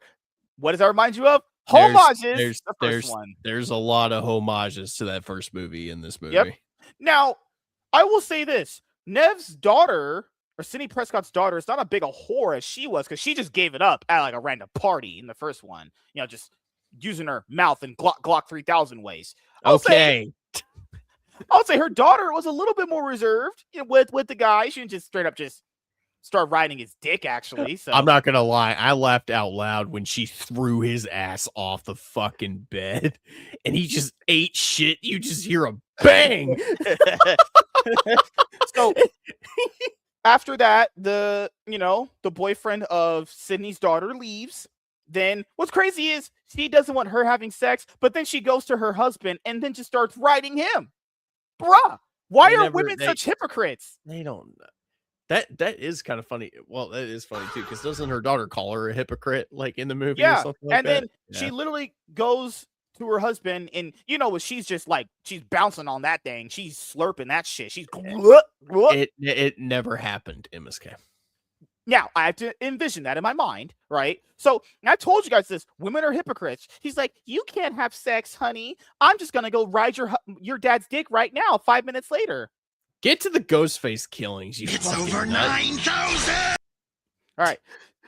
So we start seeing things progress a little bit more. So basically, the first act, I think, is the slowest act of the movie. Nothing basically happens until you see that moment where that one Humberto Gonzalez Herrero, who that fucking guy was, looking at her kind of sideways. You do get the setup of like that mom that Nate talked about earlier, and that she has a son. But outside of like these key little things set Let up me there, ask you, there wasn't really much in the first act until it- the second act begins with the killings on the stage. The first Yeah. act was fairly slow, all things Well, considered. something Wasn't big. awful. Well, something big actually does happen in this first act, and it's the scene where she's working at the coffee shop and she Yeah. gets a phone call. And of course, it's, the traditional, "Hey Sydney, what's your favorite scary movie?" That whole fucking love it. shtick. I love And it. of course, she's like, "Yeah, blah blah blah. You're just another dumb motherfucker with a stupid ass voice changer." She's tired of this shit. And he's like, "Oh, it's not just a voice changer." And literally I'll give the movie this. I was not expecting them to reveal this. And Yeah. she gets on her, I guess, her computer or something like that, and she opens up the call and the camera pops on, and it's Matthew Lillard. It's fucking Stu from the original Scream, who died, quote unquote. Yeah. And he basically scares her and lets her know, "Hey, I'm at the school where your daughter's going." The cops and her go there. Then you get the scene of, oh my god, Tatum's friend getting killed, her boy, the other stage guy just getting yeeted. What's crazy is people are getting straight up yeeted on the stage, and that girl is just like making out, riding her boyfriend in that fucking closet room. Oh my god, I hate it's always nice to know when someone's getting killed. There's always a couple fucking two doors down.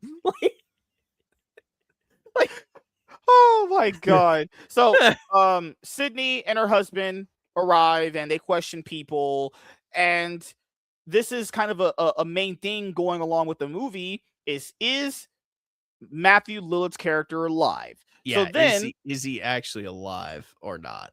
So and keep in mind, not just what Nate said, but he calls several times throughout the movie. Yeah. So we think, right? So we get to a portion of the movie in the first act where it ends off with basically the showdown, where this is kind of where I start going like, okay, you have a husband who's a cop. The cops are like, "Hey, I'm going to sweep the house." Why is there not more cops patrolling this area after knowing what just happened? Well, not even that. You have like 10 or 12 cops sweeping this fucking house. It's like I said earlier, and none of them check the fucking attic. Yeah. None of them. I will say this. Sydney's husband in this movie goes through the fucking ringer. Man's arm gets slashed by a knife. He gets stabbed in the gut.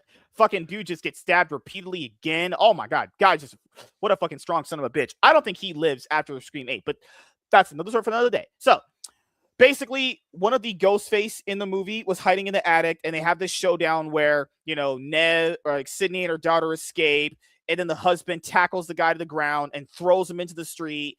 Then the second act kicks in where Courtney Cox's character Gail Weathers runs his ass over with her van, just tacos that motherfucker. He looked like taco meat after he was dead.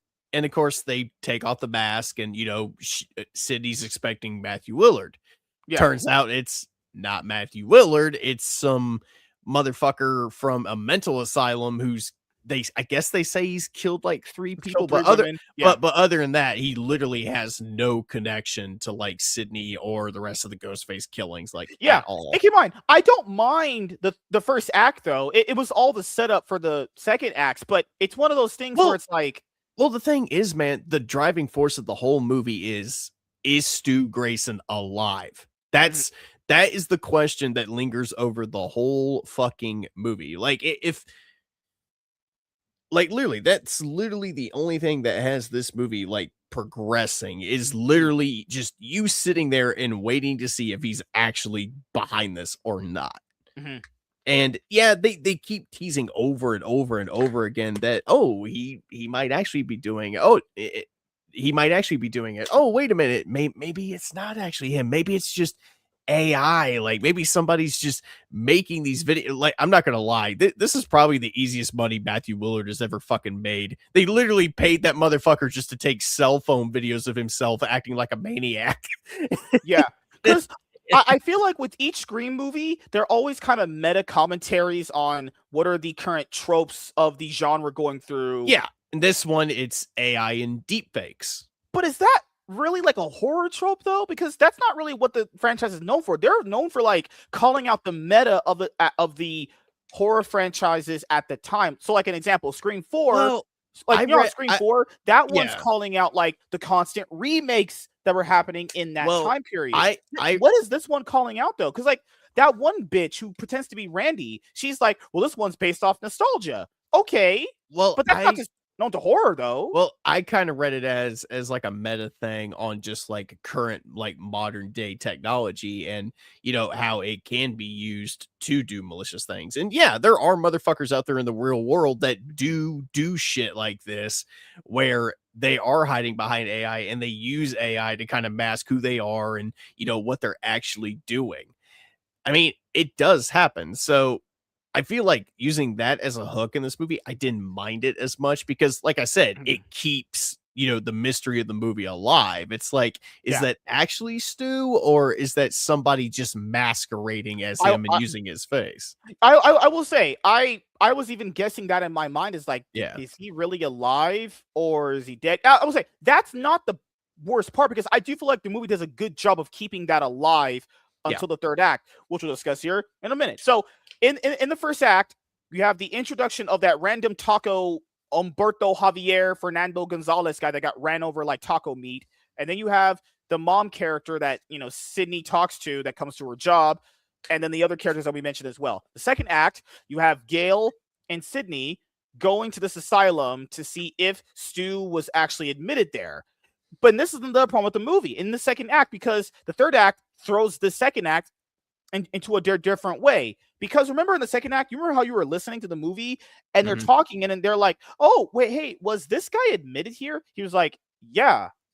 Well, this is the problem that the movie keeps having. They keep having these weird inconsistencies. So the best way to explain the second act is to actually reveal the third act. Okay, so in the third act, it's revealed that that white mom lady that Sydney was talking to in the coffee shop that was her friend, you would say, or acquaintance, is the main Ghostface killer, and the second Ghostface killer the whole time was medical assistant at the psych ward. Yeah. So basically, they go to the psych ward because they ran over Ghostface killer number 1, and they literally they go to the asylum where he was before, basically trying to see if he's got ties to like Stu or has history with anything like that. And they find out, like you said, you mentioned the medical assistant guy there. He is the secondary fucking killer that we find out about at the end of the movie. But for a moment, the movie once again kind of gets you because they show him a picture of Stu. And he's like, oh yeah, I know that guy. That's John Doe. He was a patient here. And it's like, oh shit. Once again, you start thinking, you're like, oh fuck, maybe he is alive. And keep in mind, I will be fair here. The character, because I've always said this too, villains sometimes aren't just always telling you the truth. They could be lying, right? So he could have just been lying about all that shit anyway, which he probably was. But it's set up in this way where it's like, okay, Stu is probably alive. No, it's a total mislead. And it's a total mislead. And keep in mind, villains are supposed to do that. They're not supposed to tell you the truth. They're supposed to mislead you. All fine stuff. But I will say, if you're gonna kind of set all that up, it should have some sort of payoff, right? So something, yeah. So like, am I supposed to just believe that all your villain characters just talk out their ass and some bullshit? Well, I don't know. Well, after that scene, we have a big scene where, the curfew goes down in the town. Nobody's allowed to go outside after a certain, Yeah. hour or time at night. So all the characters that you can, like, I guess, write off as suspects decide to meet up at this bar slash pizza place. This is a weird fucking place, first of all. Let me say it's like a bar slash You know what's pizza crazy? joint, which is weird. Apparently that one animal Planet of the Apes looking bitch is just running the place. Where's her parents? Where's any other coworkers? She's just allowed to walk into the kitchen and make a pizza and walk back out. Like, I don't know. But of course they do that thing that they do in every other scary movie where they kind of go over everybody that's there. They They set kind up of the joke. rules. Yeah, the they talk movie. about they talk about the rules of slasher films and killings and all that other stuff, and they start calling out each other on their motives and what they could Possibly possibly be be. after. Yeah. Yeah. Meanwhile, Sydney is giving an interview to Gail because of course when before they leave the asylum, she's like, "Yeah, let me give you that interview. That interview that I haven't given you for like 30 fucking years." That was cool. I didn't mind Yeah. that one. That was Yeah, fun. I didn't mind that either. I will say this. This was actually a moment in the movie I really liked. It's when, they're doing the interview, they're obviously doing it as a way to try and lure the actual killer out and, get them to call them while they're live to see if they can actually prove if it's Stu or not. And Gail is just hitting Sydney with these fucking questions about Yeah. Tatum. And dude, you know, I here's the thing. I've made it no secret that I can be a bit of a sissy when it comes to certain things, but dude, the way she's talking about her, I'm like, good God. And she's given the explanation as to why she named her Tatum because earlier on in the movie, Tatum basically lashes out at her and lashes out at her and tells her, "You named me after someone who's dead. You named me after somebody who's not here and had nothing to fucking live for." So in this scene, you basically get the whole reason as to why she named her Tatum in the first place, and Right. it struck a chord, man. Like actually, that was some solid acting from what's her name? I'm sorry, Jeff shit. Campbell. If that's some solid fucking acting from Nev Campbell in Oh, that scene, dude. and I also want to bring up in that specific instance in Act 2 was she knows how dangerous it is in this current moment in the movie with the Mhm. Ghostface killers out there.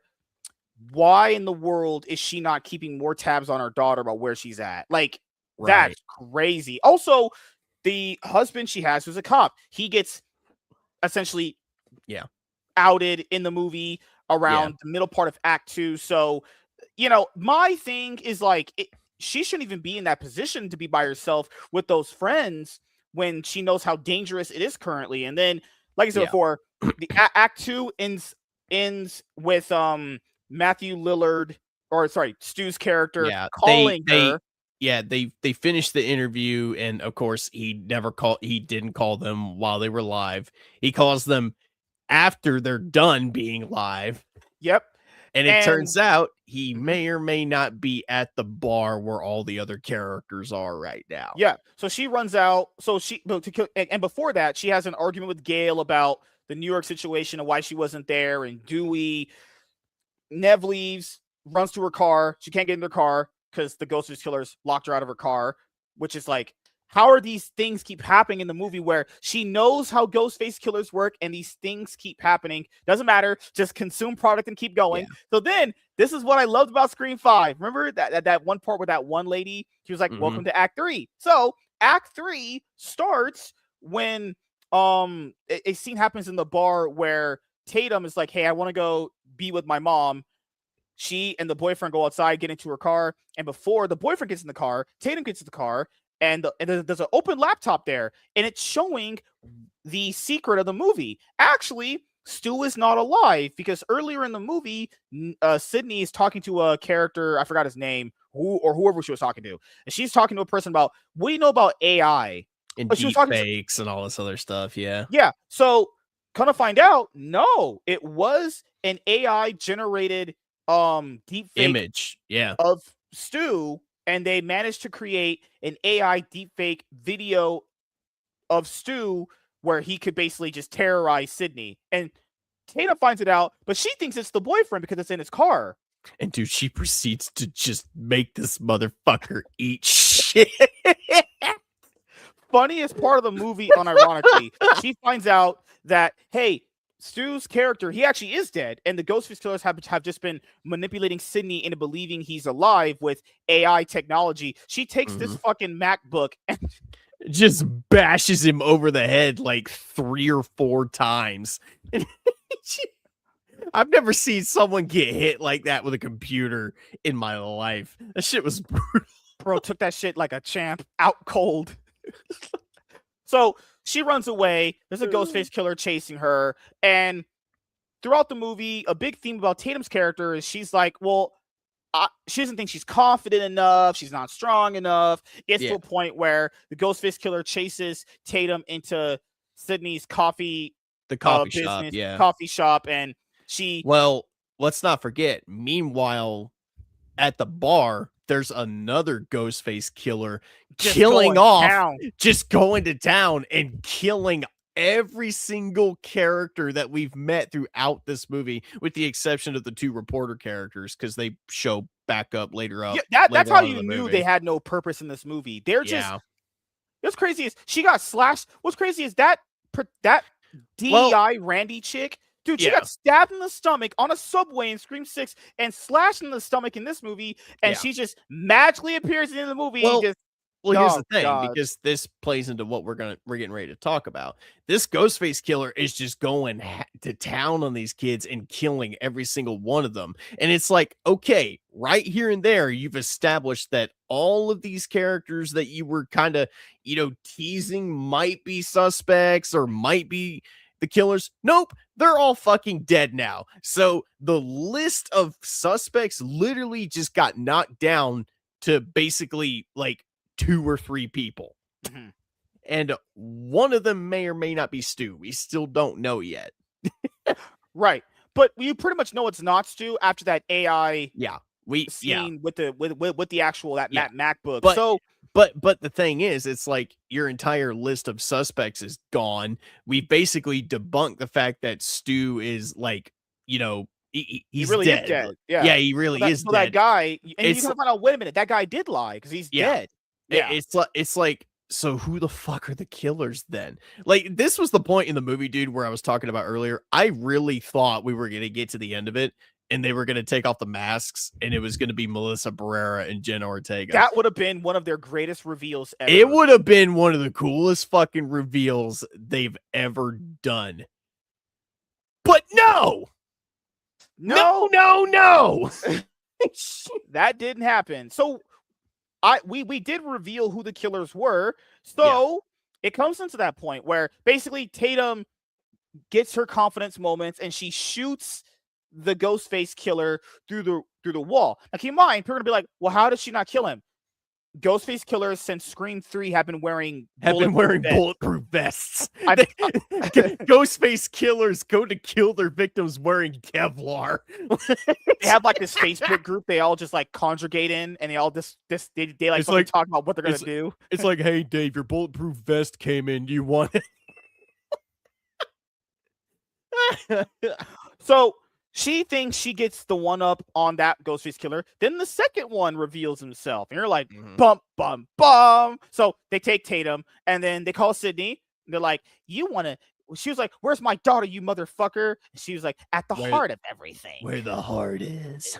And then, what's cool? She gets back to her house. How is this house not swarming with police or security? I don't blows my mind. Know. Also, well, of course, she goes through the house. She's looking for them. And she gets into the living room where I guess all the electronics in the house start going fucking crazy. Anything that's got a screen just starts showing Stu Mocker.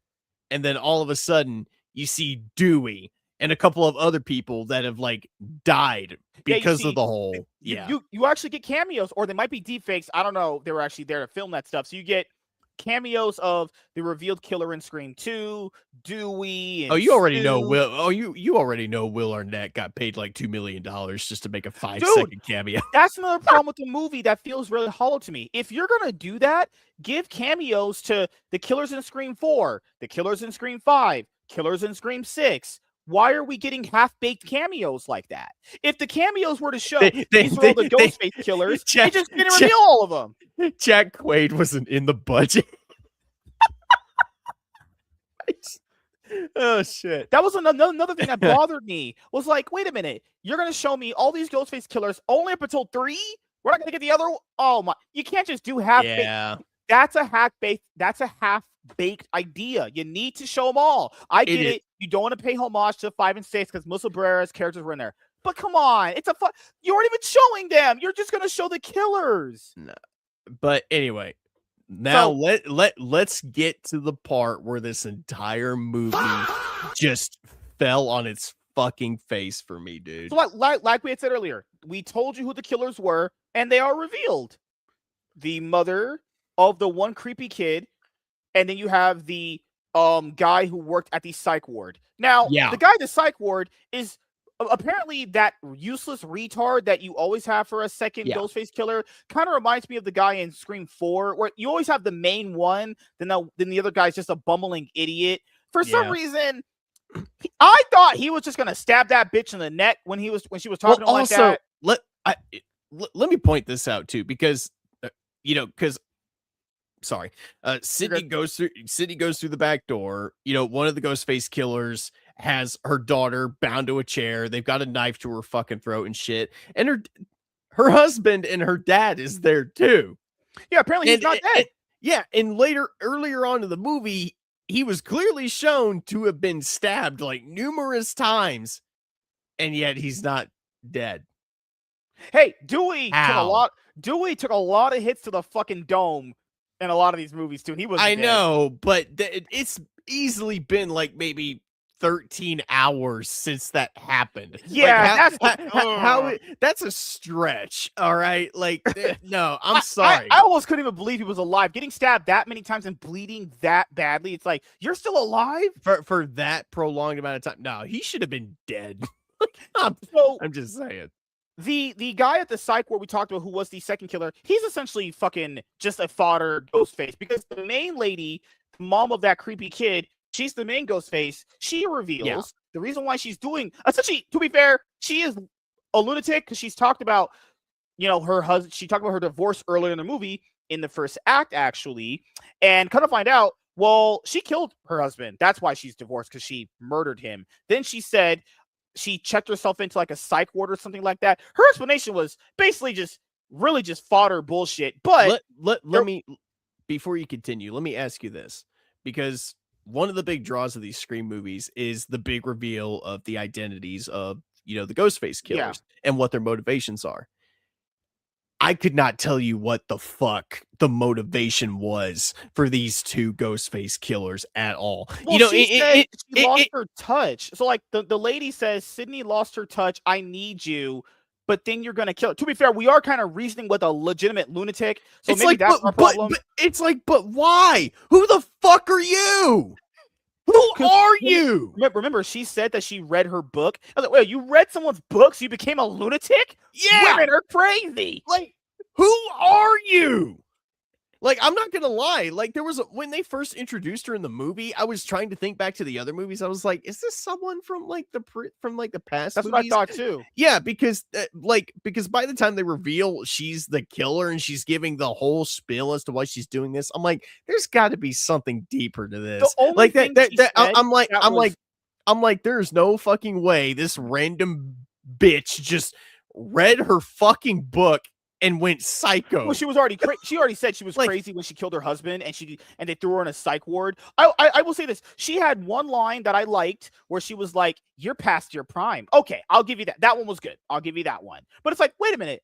It's everything like, else she said was like, what? Because she was babbling, and I was like, well, it's like, okay, what are you saying? It's like, okay, if that's your motivation for doing this, sure. But let me ask you this, bud. What about the other guy?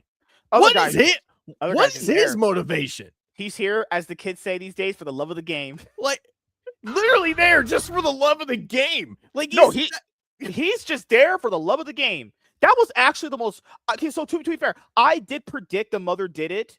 I didn't predict that he was in it. I was like, why is he there? This fucking reveal in history. You have two characters that have the most bumfuck motivations to be doing any of this shit. It's like, okay, Stu Macher possibly coming back. If they had just gone with that and it turns out it was Stu and he somehow survived the events Yeah. of the first movie, that would have been a much more Because effective reveal than yeah. this. And the reason why I said who the killers were earlier is because that guy that was working in the psych ward, he had told them that basically he would be lying though. He lied and Yeah, said he Stu was was lying. checked in, he lost his memory after a TV hit him in the head and all that stuff. So he did lie. And but plus throughout the movie, the more they show Matthew Lillard, there's like scarring on his face from like the deep so fake it would that make they're sense, doing. right? Yeah. Yeah. I'll say all that Stu stuff was fine. It's just like so I guess the motivation between that mom hating Sydney and wanting to kill her was that she was parasocially attached to Sydney in some weird way. Like what It fuck? still doesn't make any fucking sense. It's the weakest fucking motivation out of any Ghostface killer that they've had in the franchise. Because here's the thing. I have a few problems with Scream 6, but I can tell you exactly what the motivation was for the Ghostface killers in that movie. Even going back to Scream 5, I could tell you what the motivation was for the killers in that movie. And you know what? It works and it makes sense. The motivation for the killers in this movie, it does not make any sense at all. The only thing that she says that's kind of relatively well is like, well, she was like, well, this franchise needs, like, she's doing the whole meta commentary thing, and she's like, well, this franchise needs, like, I need you. These movies need you. Her whole motivation is literally, oh, I'm fucking crazy. I read your book and I wanted to kill you because I read your book. That is literally her motivation. So what's the motivation? Is like, don't become parasocially attached to people that are famous. It's like, obviously, yeah. Like, dude, I'm telling you, they had an opportunity of a lifetime to smooth things over with Jenna Ortega and Melissa Barrera. Like, dude, could you imagine if we had gotten to that point where they killed everybody in the bar? The list of suspects is shrinking. You find out that, okay, Stu is dead. Like, it's not him. It's like, who the fuck is it? Like, who is doing this? Could you imagine if we had gotten to that scene where she walked in the backyard? They've got her daughter fucking gagged and bound with a throat, you hear that, with a knife to her fucking neck. Then you hear that one sound that movies always do. It's like that bong. Yeah. And the camera pans. Could you down. imagine the fucking shock on my face if they had pulled off the mask? Nate said he would have. And it's hummed in the theater, blew his load. I would have jumped up out of my fucking seat. Like, could you imagine if they had pulled off the mask and it was Melissa Barrera doing it the whole time? I will say it could have been better in that aspect, because if you're gonna have this like big mystery that Stu's back, come to find out, Sydney finds out that Melissa Barrera's character is Stu's daughter. Like, wait a minute, you're Stu's daughter. What's going, like, and she has a connection to her based off the movie they were in Scream 5. Here's the thing. My biggest problem with this movie is this. You do all this buildup, and I'll say the buildup in this movie is executed really well. Very well. Like, the buildup in this movie is great. It's all about your execution and what you do with that buildup. And the thing is, the execution is not worth the buildup. You have these two bumfuck nobodies with the shittiest motivation for doing any of this. That guy has dude. That reveal is so bad that it almost makes the entire first two acts, that are really good, by the way, just obsolete. It makes them feel like nothing. It's like you might as well have just not made the movie at all. Yeah, because and now that we've gotten to this point, Sydney and Tatum team up to kill the mom lady of I will say I do like how they kill her though. They channeled all of my inner feelings with how that reveal went. I was like, okay, you got it. Because come to find out, they just magically turned into Samuel L. Jackson and John Travolta from Pulp Fiction. They just unloaded into her fucking face. Because Sydney's husband is alive. Yeah, he takes a knife out and he takes a shard of the glass. He cuts Tatum free, Then, because Sydney's thing with killing Ghostface was shoot him in the head. So they do finally get the apprehend on the Ghostface killer. So she kills the guy. Then she and that girl go head. She takes the fucking knife and shanks her in the fucking knee. Repeat. Oh God, damn. She shanks that bitch in the thigh just so many times, and then she tries to strangle her. Tatum comes in to help, and they do eventually just maul her down with the guns. Well, come on, Sydney said shoot him in the head. So she took that literally. The end of the movie, she was before that she was like past my prime. I don't They care. made that line, dude. They made that line where she said past my prime. Fuck. They made that so people could cheer in the theater. There's no way. They did. Of course. And you know what? It was me and 2 bitches in my fucking theater. I had a packed. Hey, I had like 25 people in there. It was pretty packed actually. No, dude. When the reveal happened, I think one of them got up and left because they didn't come back after the reveal. I was like, I kept looking to my right trying to see if anybody was going to come back, and no, like the reveal happened, and they decided the movie was over at that point. When oh my God, when Tatum shot. Oh my God, yeah. When Sydney, oh my God, when Tatum shot her first shot in that coffee shop, a black chick that was in my theater was like, "Hey, yo, you go, girl, you shoot that bitch." It's like, what? Oh my God! No, you knew there was dude, some Shaniquas in there. Here's the thing. So yeah, they kill the killers. They send the husband to the hospital to obviously get patched up and shit. They do the classic like pan away, and then of course they cut the credits, and that's yeah, it was crazy. Hale just magically appears just like my dad because she's just not been in the third act at all, pretty much. But like I said, man, you had 2 solid acts of solid buildup, you had a really good guessing game going on. You trying to figure out what, you and the characters trying to figure out, is Stu actually doing this? Is Stu actually dead? Like, what's going on? There's a really solid mystery and buildup throughout this movie. But the problem with it is the payoff this movie gives us is just not worth the buildup. Also, I want to add, and keep in mind, I generally don't always feel this way with Scream movies, though.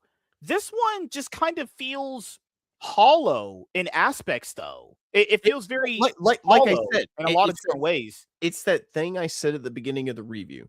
You had Scream 5 and 6. You had 2 new leads that they obviously brought in that were going to basically become the new faces of the franchise. And say what you want about Melissa Barrera. I understand your grievances with her, but she and Jenna Ortega were arguably the new faces of this franchise. And this movie suffers a lot from them not being here. But I also think it suffers from creatives messing everything up. And like I don't want to reiterate what I said in the first part of the review, but I want you to understand. Neve Campbell was supposed to be in Scream 6. They offered her a horrible contract. Because, keep in mind, she wasn't contractually obligated to be in, like, how they get you for like 3 movies? She wasn't contracted for more than that movie, right? Because they wanted the new faces, as you can tell with Melissa Barrera and Jenna Ortega. So the creatives ruined Scream 6. Come on, I like Scream 6. It's ruined by not having Neve there because there's plans for her to be there. Then they get rid of Melissa Barrera and Jenna Ortega, so they have to go back to Neve Campbell, and then now this movie suffers for not having those 2. Like I said, this movie just does not feel like it connects to the other 2 at all. Aside from the New York line, aside from them mentioning New York and mentioning it just shy of mentioning Melissa Barrera's character or Jenna Ortega's character, like, it does not feel like a sequel, and it definitely does not feel like a finale to a trilogy that you set up and started back in 2022 with Scream 5. Yeah. Like this movie is the ultimate example of what happens when a studio tries. I mean, they obviously fired their leads, and then they had to come up with something. They had to come up with some kind of plan or some kind of course correct, and they course corrected right into a fucking ditch. and keep in mind, I'm not even like Kevin Williamson. I like the guy. He created the Scream. He launched the Scream franchise or created it, as you could say, and he's did a lot of good stuff as far as like horror wise. But him directing the movie, you could tell that, maybe you're better just writing these.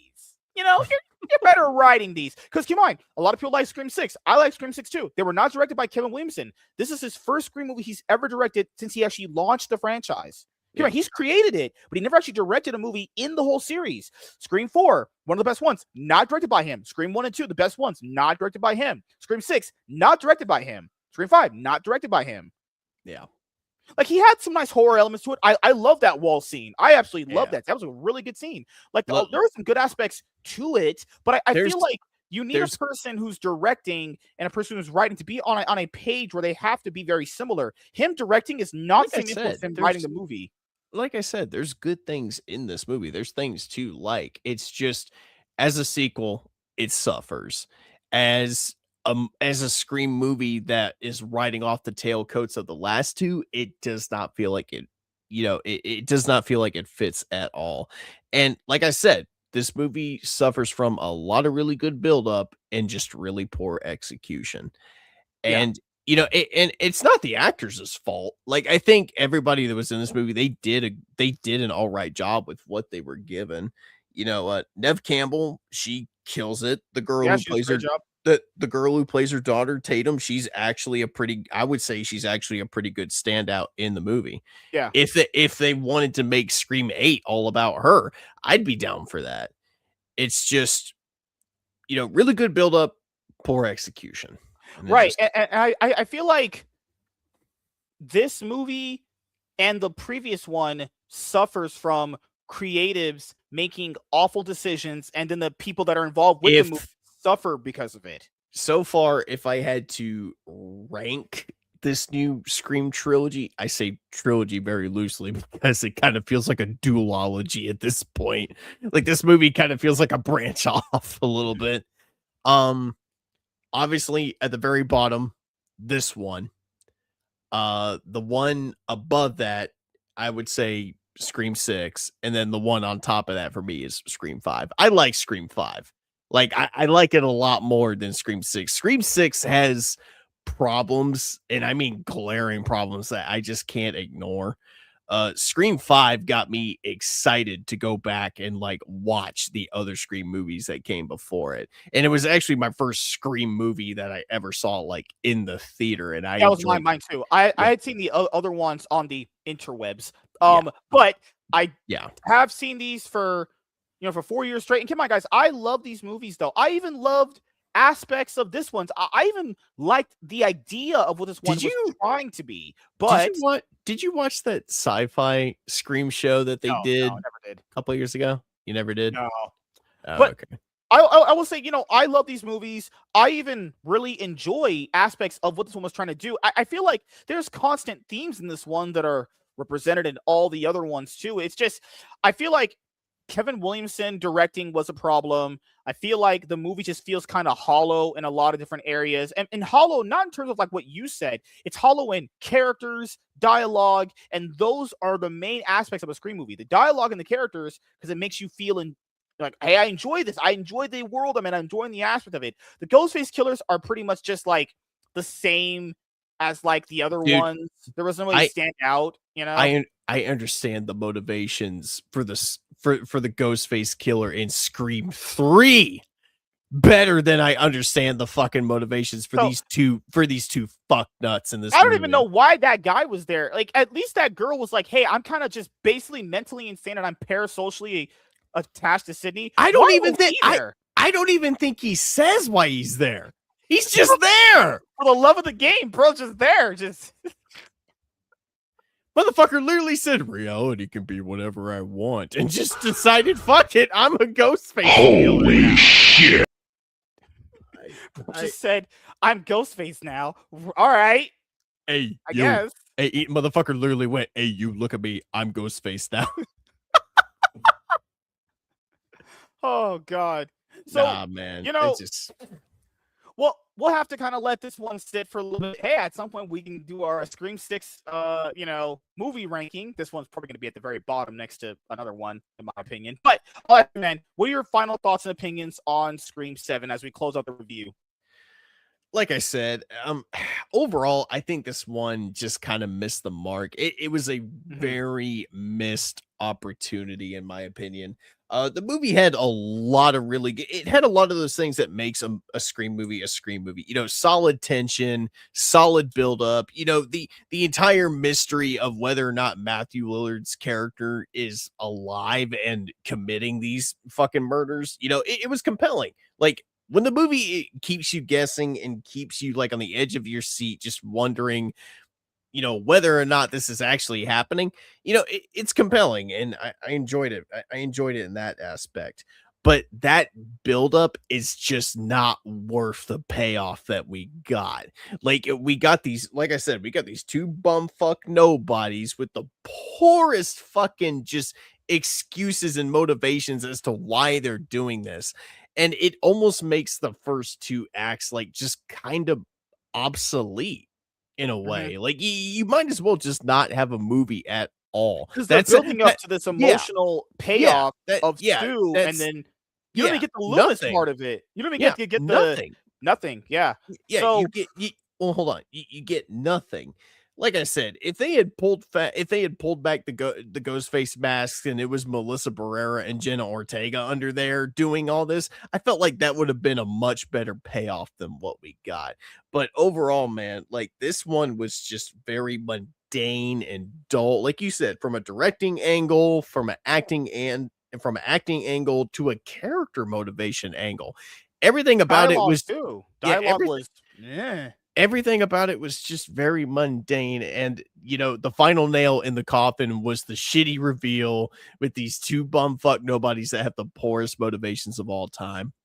If I had to give this movie a rating, man, I'm giving it a D minus. The only reason it's not getting an F is because I think Nev Campbell, she puts in a good performance.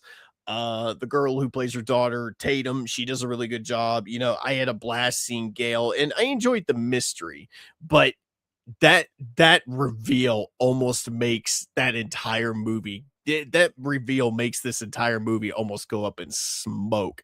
Like once I saw people getting up and leaving the theater after the reveal, I was like, okay, they fucked up. Like this, Mhm. this is bad. Yep. Whew. For me, I'll just kind of go in a rundown way of what I've been saying throughout the review. So, big problem for me is the characters, and it's not that I don't even like what they could have been. It's more like they just really had nothing to do, especially with like Courtney Cox's character, Gail Weathers, just feels like she just comes in and then just is She needed discarded she need, midway. she needed a couple $1 million for the more plastic surgery she's gonna get Yeah, later on. like she comes into the movie at that moment, does something really cool, and then it's just discarded, and not even in the third act. Then the other characters from the last movie, the that new Randy DEI monkey looking bitch and her brother just are nothing Hey, either. don't be hating on my queen, man. She's That's if you like having sex with animals, that's your business, not mine. So, you were awful. like dialogue was not the best in this one. I will also say like the emotional beats were there. They were all right. The emotional beats are always kind of fine. There's aspects of this Scream movie that are done in the same similar vein that the other ones are done. But it's just underneath the surface, it's all just very hollow. You know what I mean? Like, oh, the other thing I'll mention, I think the biggest problem that this movie suffers from, and the big problem the last one suffers from, creatives making awful decisions so the people that are involved with making the movies suffer because of it. The last one suffered because Nev Campbell wasn't there, and this one suffers because You the know, other girls who are supposed to you be know, here are not here. and I want you to keep this in mind. They fired fucking Gina Carano for less.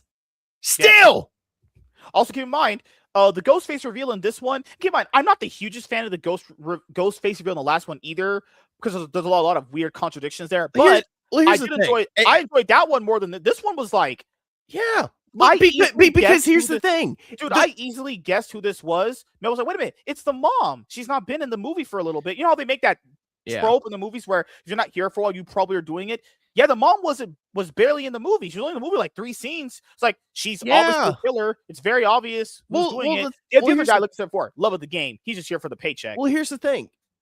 At least the motivations of the Ghostface killers in the last movie, I understood. It's like, yeah, you killed my son. Oh yeah, you killed our fucking brother in Scream 5. It's like, okay, they want revenge. Cool. Simple motivation. The motivations of these two fucknuts, I couldn't tell you what they are. Yeah, so like the motivation of her, I mean, you could just boil it down to she's mentally ill and parasocially attached to Sydney. That's it. She's a crazy whore and she needs to be locked the fuck up. How the hell she was even able to breed and produce a crazy fuck up of a son is beyond me. To think that she probably put her Her son's head on pussy that must fight. be great because I guess the stereotype of crazy is good pussy is just it's a stereotype for a reason. To think that she's the one that probably killed her son by putting his head on that fucking spike is crazy to think about. That was fucked up. Her saying, "Oh yeah, he was too much like his dad. Fuck him." Like what the hell? Like, bitch, lunatic. Bitch, you are a lunatic. Like, but but despite all of the creative decisions that plague this movie, the hollowness, I did enjoy aspects of it. And keep in mind, I did too.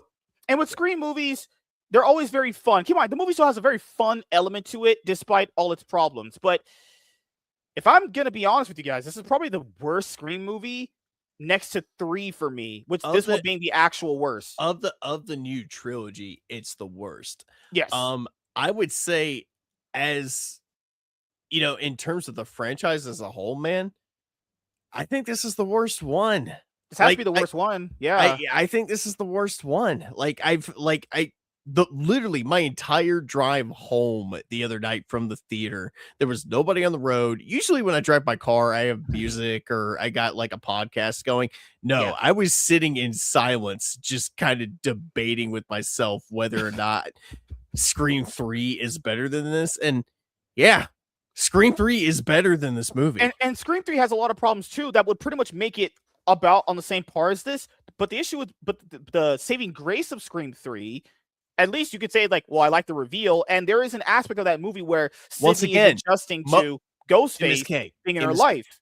MSK, once again, motivation. I understood the motivations of the killer in Scream 3. Right. And once again, these two fucking nobodies, fuck them. Like, they're a bunch of nobodies. Like, their entire motivation is, oh, we're crazy and we just wanted to fuck with you.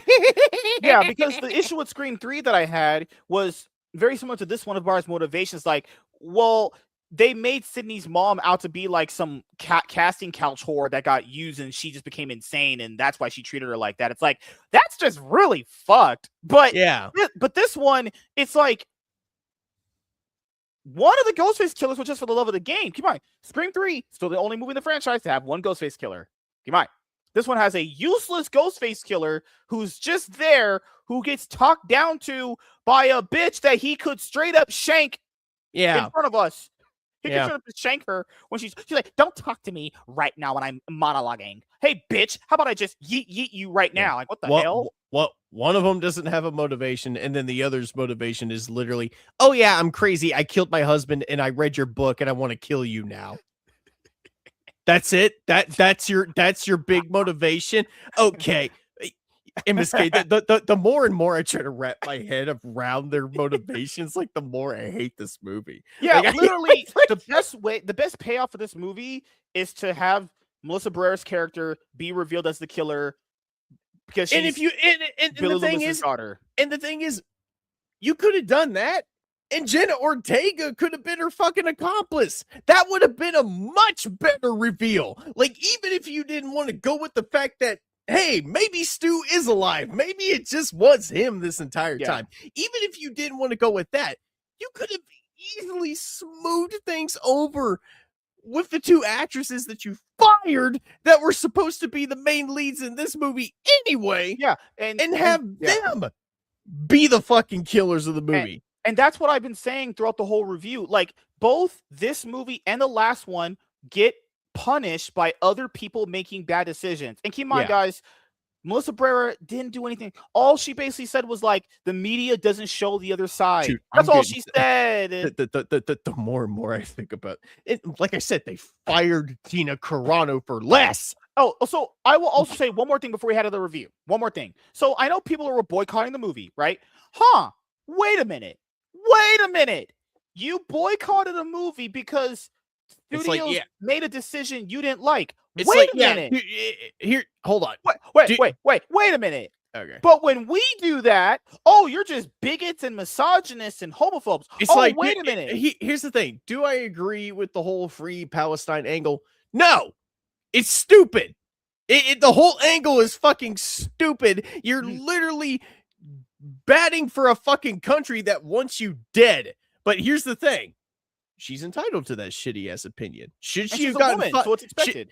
It's not like Michael Bay when fucking Megan Fox basically compared him to Adolf Hitler. She didn't fucking do anything like that. All she said was free Palestine, and that was enough to get her fired. Like, okay. Well, my thing was like, these weirdos will love championing for a corporation when they when they pander to them, but the moment that a corporation goes, I don't want to be associated with those two, they go, you should boycott this movie. Oh, you don't like it when they mess up things you like, and they race swap and they DEI bullshit.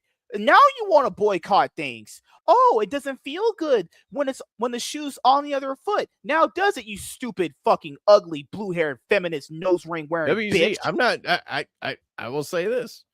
I think Netanyahu is a corrupt, fucking just bum ass like baby killer. I think. Look. He doesn't represent the entire nation of Israel, all right? Oh, but anyway, but anyway, politics aside, I don't think they should have fired her over that. My big thing is like, these fucking losers are like, I don't like when you guys do things I don't like. Gee, you don't fucking say. But when everyone else does it, you're like, you're just a bigot and a misogynist. Oh yeah, it doesn't feel good when a company kind of, I don't know, checks notes, shits on something you like. Now, if she had come out and basically written like an entire fucking like, seminar about how she wants, the entire nation of Israel to like die, and she wants, fucking Jews to like drown in their blood or something, then yeah, you probably could have fired her over something like that. But I don't know. It's if she's saying like Allah Akbar, I can't say these things on YouTube. If she's saying like, I'm going to go Allah Akbar in the New York Times Square, I'm pretty sure there's got to be a limit to that, But she's a taco. She walks into Times Square with a trench coat and she just pulls that thing open. Allah Akbar! It just what's crazy is, hey, Melissa Barrera is very attractive. She's a taco, and I love burritos, and I love taquitos, and I love tamales. But no, WZ, I am Scandinavian, my friend. No, but I'm just saying though. No, this is the thing that you guys should be. This is the thing that you should be letting these businesses know. When you change my characters, I'm not going to support your movie. But I just don't understand you guys. But when someone else does it, it's a problem. But when you do it, it's morally righteous and it's all this other bullshit. No, fuck you. You have blue hair. You let your fucking girlfriends have sex with black guys in front of you. I will never listen to people like you. You know what I'm going to do? I'm going to go watch. Allah Akbar means you're going to the Shadow Realm, Chipo. You know what's going to happen when Scream 8 comes out? I'm going to walk down to the movie theater and pay for my ticket and sit down and watch Scream 8 knowing you fucking people are just the very thing you absolutely despise, but you pretend to not do that because you are virtue signaling pieces of shit. And you're stupid. I'm going to pay for my ticket so I can walk into the theater right after MSK and kick him in the fucking balls for supporting another Scream movie. I'm gonna have chili cheese nachos and some chicken wings, and then you'll have nothing because you dropped them after I kicked you in the sack and ran away. I'm gonna give you guys a POV of how I'm gonna be when Scream 8 comes out, and then you're gonna be falling over in slow motion after I kicked you in the nuts, and you're gonna be like, my nachos. And this is the thing: is all of you guys are always like, how can you support these companies when they do bad things to you? Oh my God, you finally understand. Wait a minute. Now your turn is to go through that. Fuck you. Fuck you. I'm paying for the next Scream movie. I'm going to pay for the next one. If these ever hit 10, I'm gonna go into the Scream 9. Oh, hey, honey, can you suck my dick when Ghostface just yeets some motherfucker? Oh, yes, honey, I would love to blow you. I'm gonna always support these movies because you people are virtue signaling dumb retards. You know what? Here's what I would do for Scream 8. I would try to smooth things over with Melissa Barrera and Jenna Ortega and just complete the trilogy as you originally planned. It won't, man. It's not gonna happen. No, because their fucking pride won't let them. Dude, they didn't offer. You know what's crazy, guys? She wanted to be in Scream 6. Neve Campbell did. They didn't offer enough money. You know what's crazy? How stupid this all came to be? Scream 7 just had the biggest box office opening weekend of the entire franchise. Do you know involved in that? Crazy thought here. Neve Campbell. She is to Scream what is Jamie Lee Curtis is to Halloween. People saying, well, Scream could survive without Neve Campbell. Oh, it can't, right? Why did they beg her to come back for this one then? WC, I could joke about that, but we're all going to feel really stupid one day when he actually does have a wife. I just, that, and she looks oddly like Jenna Ortega for some reason. And I will say that's the biggest letdown with these latter two movies. And I like Scream 6 and I did like Scream 5 too. But the big problem is the creatives involved at Paramount ruined what could have been two more awesome Scream movies, and we end up just getting this. Keep in mind, guys, it's the creatives that make these decisions, not the actors or the directors or the producers. It was all creatives. The creatives didn't want to offer Neve Campbell what she was worth, so she didn't want to be in Scream 6. The creatives involved did not want Melissa Barrera and Jenna Ortega to have their final Scream movie.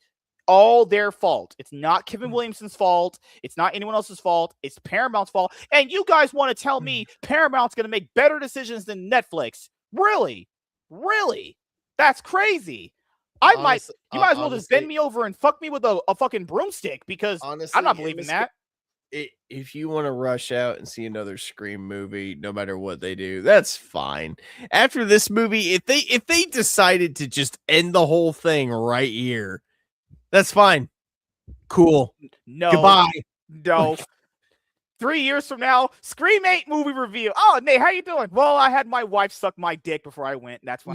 You're like, hey, Nathan, how you doing? And it's not even going to be me. It's just a fucking skeleton doing this number.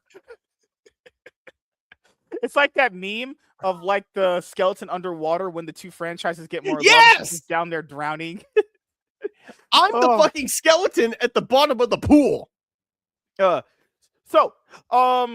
Yeah, but hey, as you guys know, I love these movies. I really do. Even this one. I'm glad you do, buddy, because after this fucking movie, I don't know how much more I can take. Don't worry. 2 years from now, Scream 8 will be here, and you're going to love it. Like I said, if the reveal and the payoff was different, I probably would have given this a higher rating. But since they decided with, oh, we're just crazy.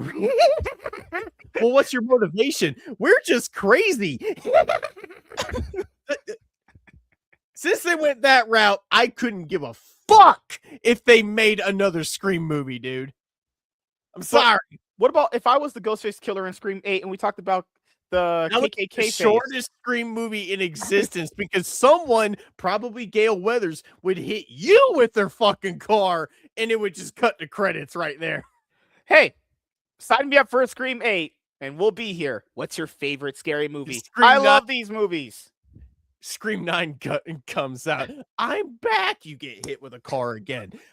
Scream 10 comes out. I'm back. You get hit with a fucking car again. We're just gonna have to keep hitting you with a car. Dude, in this Neve Campbell's reaction to another Ghostface killer in Scream 8 and 9 is gonna be what that dude was in that reel. Hey, so Tatum's gonna be like, "Hey, mom, Ghostface is back." Okay, honey. I mean, right. she had a pretty sensible reaction in this movie to where she's like, "You're just another dumbass with another fucking voice changer." It's like, yeah, after a while, I'd probably get sick of someone calling me with a fucking voice changer too. All right, so but anyway, we'll be here when Scream 8 comes out, and I'm going to love every single minute of it. So thank you guys for checking out this video. If you guys are returning viewers or new viewers, then please consider subscribing to the channel if you have not already. Leave a like on this video if you enjoyed it, and comment down below. Also, make sure you guys hit the notification bell. That way you guys can get notified on whenever I upload a brand new video or go live. I am MSK, aka Master Swag King, and we're going to sign out, guys. See you guys later. Yeah. Goodbye. Peace. Now fuck off out of here. No, I'm just kidding. This movie pissed me off, dude. Like, the more I think about this movie, fuck this movie, and fuck the people who made it too. They Looks like you're going to the Shadow Realm, Jimbo. They sent this fucking movie to the damn Shadow Realm, dude. If MSK was the killer, it would be obvious because he would only target women, but they'd also kill him off in the first hour.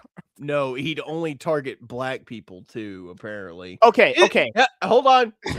His words, not mine. I would target black people Same. in the hood, not regular whitewash talking ones. That's just Scary Movie. That's I not wanna even be a hood Scream face. movie. I want to be hood face. By the way, do you want to watch? You know what? I kind of want to watch the fucking Scary Movie trailer with you, man. We'll pause it. That way you don't get flagged and shit. Oh, I saw it already. Oh, you did? I did. I liked it. It was pretty funny. I liked it. Dude, the Wayans brothers are about to fend the fuck out of all these weirdos on the internet, and I cannot wait. That's going to be a better Scream movie than this fucking movie.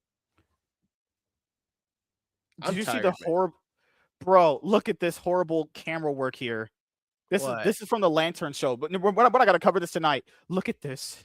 Please don't. I don't have any more energy in me. I'm so fucking mad. Look how ugly this movie. camera work. Look how ugly this camera work is. Oh Look yeah, at- geriatric Hal Jordan. They fly now. They fly now. Yeah. Guys, I have to finish watching the Lanterns trailer. I got like the first 30 seconds and I kind of turned it off because I was Dude, not interested. he looks like he's shitting himself to prepare himself forward. He's just like, Bro just had the runs. Probably had some Arby's or some shit. motherfucker had like Taco Bell or something. It just gave. No, motherfucker had a Red Bull. Red Bull gives you wings. Dude, what if Sydney's reaction to another Ghostface killer in Scream 8 is just like Flanders and Simpson? Okie dokie then. That should be a new gimmick for the Scream movies. Like, each movie gets progressively shorter because she finds a way to just kill the fucking Ghostface killer, and then This one was 2 hours. I mean, you didn't really feel the runtime, but it was 2 hours. MSK as the Ghostface killer would actually be pretty good because it would be role reversal and it would be how he's trying to escape the house after. So, Walter, that being said, would I be a victim of MSK as the Ghostface killer, or would I be the guy that finds out it's him and I just put his fucking ass down like a dog and we just cut to credits? Bro. I would never be a Ghostface killer though. It'd be too obvious. Also, I just can't. No, that's the genius of it. It's so obvious. That's why you should totally be the fucking Ghostface killer. Man, dude, apparently this is this neon guy's top gifter. What? There's no way this is his top gifter. No girl who looks this good is donating to this guy. What are you talking about? Dude, do you know it's always said that like men are the one donating? So neon. You're talking about this fuck. How is this guy famous? No, but that's his top. Her? There's no way, man. Dude, you wouldn't even have to pay me money to whoop his scrawny little ass. I would do it for free. She spent over 500. She spent over 50K on subs and donations. No way. And she ain't getting no dick. Oh God, you MSK. I'm gonna start charging you to have me on your show. Quit reminding me. Yelling at Quit reminding me that these fucking grifting, greasy, stupid, low-life fucking locales exist. To be All fair, right? I've had sex with a lot of these girls. I know how they are. Quit reminding me that Neon exists. Quit reminding me that guys like Jack Doherty exists. Oh, and last but not least, quit reminding me of all these fucking OnlyFans thoughts, man. I think you know what? I'm sorry, dude. I'm so sorry. Are you crashing out? Yeah, I think Scream 7 is just like making me crash out at everyone and everything. What? You what? The twist would be that MSK's TVs is the killer, framing MSK as the killer after years of never. No, Matthew Lillard is just using AI to look like MSK. God, man. He's like, hey, let's blame it on this random black man. He's the killer. Oh my God. Man, this girl's ass is shaking good. God damn. I mean, I bet it's shaking better than the fucking motivations of these Ghostface killers. Oh yeah, that's all up cheeks are moving. Bruh. Oh man. Girl's just shaking all this ass. But yes, anything planned coming up that you want to let the audience know about? Well, I'll probably go back to doing movie reviews at some point. I haven't reviewed shit in the month of February. Like that new schedule change for my work just absolutely fucked everything up. I'm not gonna do much, man. I might go on the Rogues Gallery. I haven't decided if I'm going to or not. Other than that, I'm probably just gonna continue streaming Resident Evil Requiem, man. That's it. Man, she has Naruto booty shorts on. God damn. I would love to Sasuke in her pants. Hey. Yes. Focus. Okay, so I was gonna have a. You can look at Sasuke booty shorts later, okay? So I was gonna have a lady on for a one-on-one on Friday, but her kids are sick, so she wants to do it at Is it Miss next Sparkles? week. No, fuck no. I'd rather hang myself and talk to that fat, ugly bitch. Good lord. You owe that woman an apology, man. You know what? She's left my streams and comes and watches my game streams. Yes. I don't know if that woman gives a fuck about video games at all, but the fact that she shows up and just interacts with me, I consider it an honor. You owe her a fucking apology, man. She is sweet. All right. I'm good. Yeah, like WZ said, apologize, motherfucker. What are you talking about? I tried to watch Irona show. What? Who's Irona?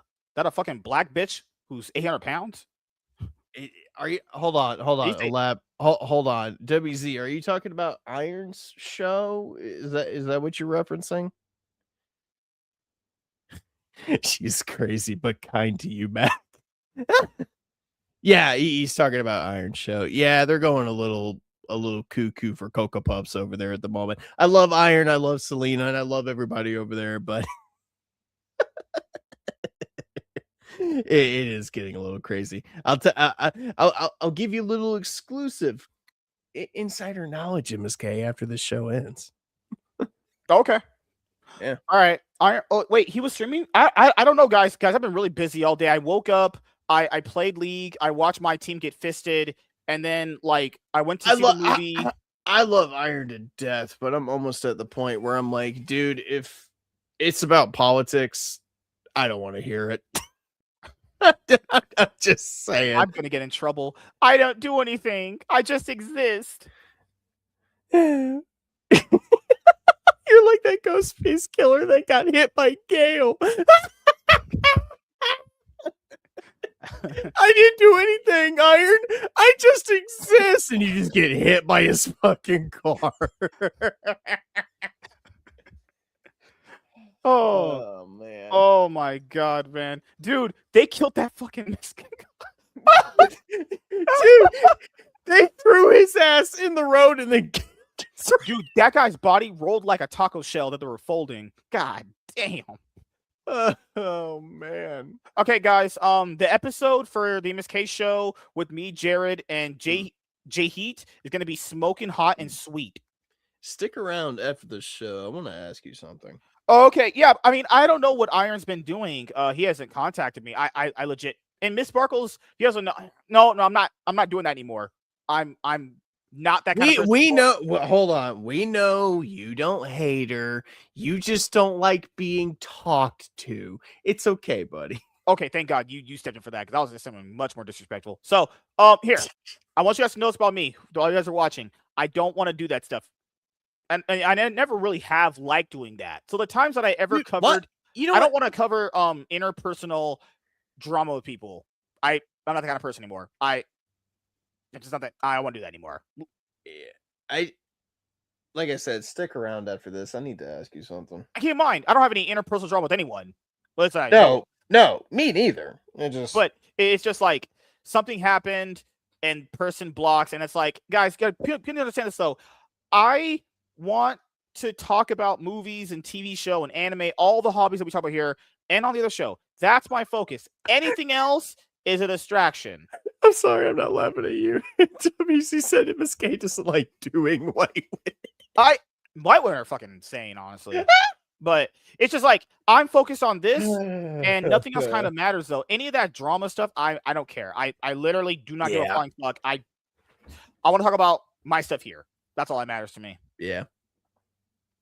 Yeah, like that episode Tiny came on and she was yelling, like, dude, I fucking delete that shit. She hasn't been on since. I don't think she was yelling, man. I think we were just trying to understand where you were coming from. Statistically wrong.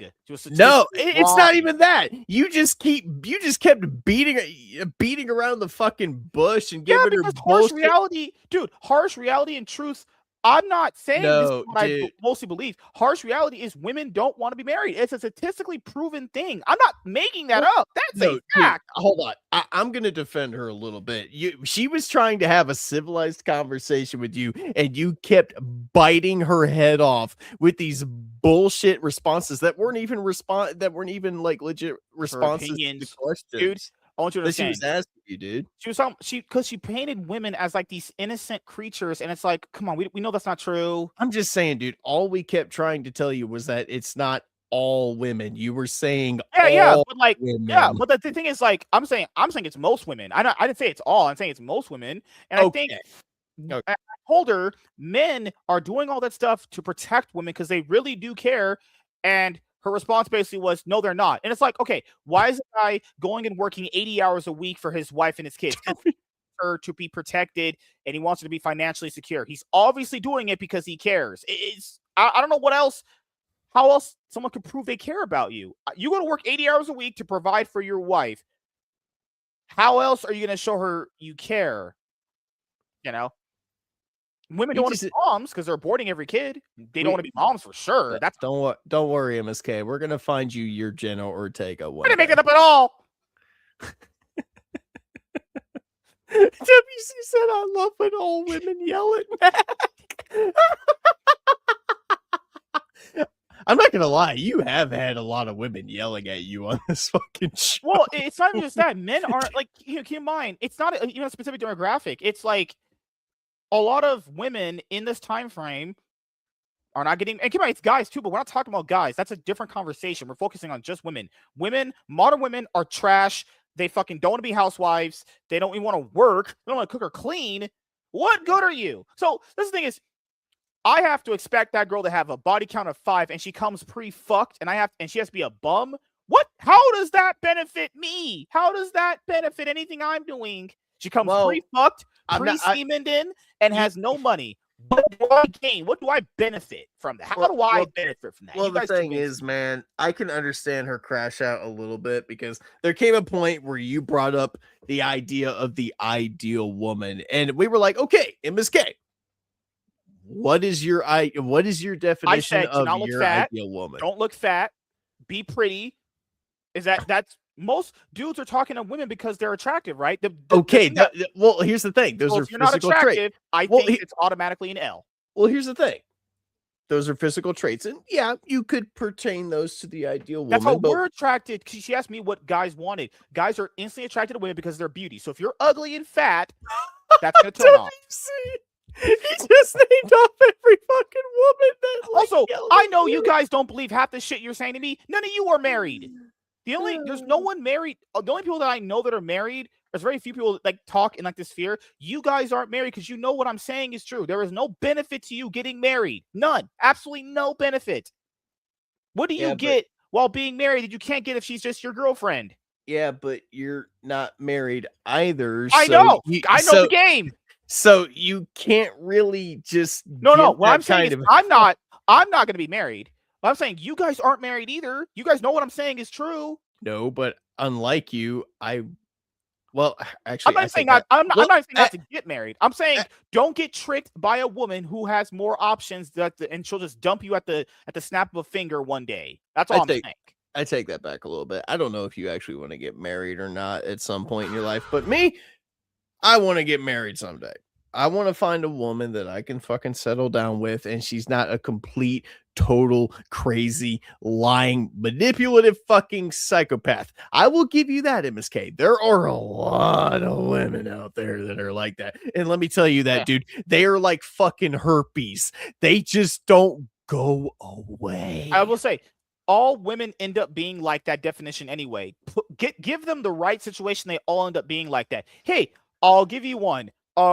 When clavicular it was a Valentine's Day when it was a clavicular stream. This girl who was in a relationship with a guy for a year dumped her boyfriend right there just to go home with that guy. He thought she was loyal to him. All girls will turn into that at any given moment. But then again, like you said, gotta find the one that's not gonna succumb to that. Well, Walter dropping straight facts, bro. Walter's from New York. He's a Bills fan. No, they're typically chokers. I'm pretty sure in a past life, Walter was one of the 3 wise men that went to Bethlehem to watch the birth of Jesus. All right. That man dropping straight facts. That is a wise man. We don't listen to Bills fans out here.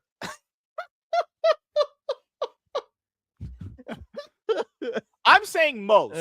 I'm saying a good amount of women are like this. The reason why they don't show you guys that is because you don't know them that well. Why would someone who doesn't know you show all their cards? That's not how people function, really. Of course, we don't know how that. Okay, if we're using your guys' logic, of course I wouldn't know who they are. I don't personally know them. I'm going off of what they're showing me. Weren't we doing outros? Oh yeah, no, Walter's being mean to me. Bills suck, Walter. Fuck you. I love you, man. Hugs. Okay. Stick afterwards. Like I said, I gotta ask. Yeah. So, do you have any plan coming up you would like to let the audience know about? Nah, man. Also, wait a minute. You guys supposed to support me on Ko-fi. Wait a minute. Give me your money. Support me on Ko-fi. Become a member. No, please do so. Like I said earlier, before you went on that giant tangent. I'm gonna try and get back to movie reviews slowly but surely. You know, it's just trying to navigate this new work schedule has been fucking killer. I've only really had time to stream games, and that's about it. Obviously, I'm gonna continue streaming Resident Evil Requiem. So if you want to see me delve into the hellhole that is Raccoon City and, you know, play Leon Kennedy in a brand new Resident Evil campaign, you can come check me out at Full Metal Night. Might try to go on the Rogues Gallery. Like I said, I love all those guys to death, but I'm so fed up with politics, man. Like, if I'm at the point where I'm like, if it's not pop culture, I just don't want it anymore. You know. But yeah, this just happened right now too. So this guy Clavicular was talking to this one OF demon named Alice Rosenblum or something. Then her best friend had no problems when she left the club going after Clavicular. This is her best friend that just did it less than a day ago. What are you talking about? Good Lord. Dude, these bitches are for the streets. I'm saying these women are for the streets. You guys need to understand. I know the game. I'm trying to teach you, my Padawans, about the game. Okay? I understand women better than they understand themselves. Time to play the game. Time to play the game. No, just kidding. Sorry. Damn, she's trying to get fucked tonight. She's trying to get dicked all down. What is that old man screaming about? That sound like that. when he just starts going off on a tangent, he's literally Right? Dude, Dude. you literally just become the old man yelling at clouds. Dude, literally, I'm gonna share it on Twitter right now. So Alice's friend, she looks good. And I'm like, I'll be honest, I didn't really think Alice was all that cute, but I think her friend is really pretty. I would have went for her friend too. That's just me. For your nap, Grandpa. All right, so I have podcasts and game streams coming up. Thank you guys for checking out this episode of the MSK Show, and I'll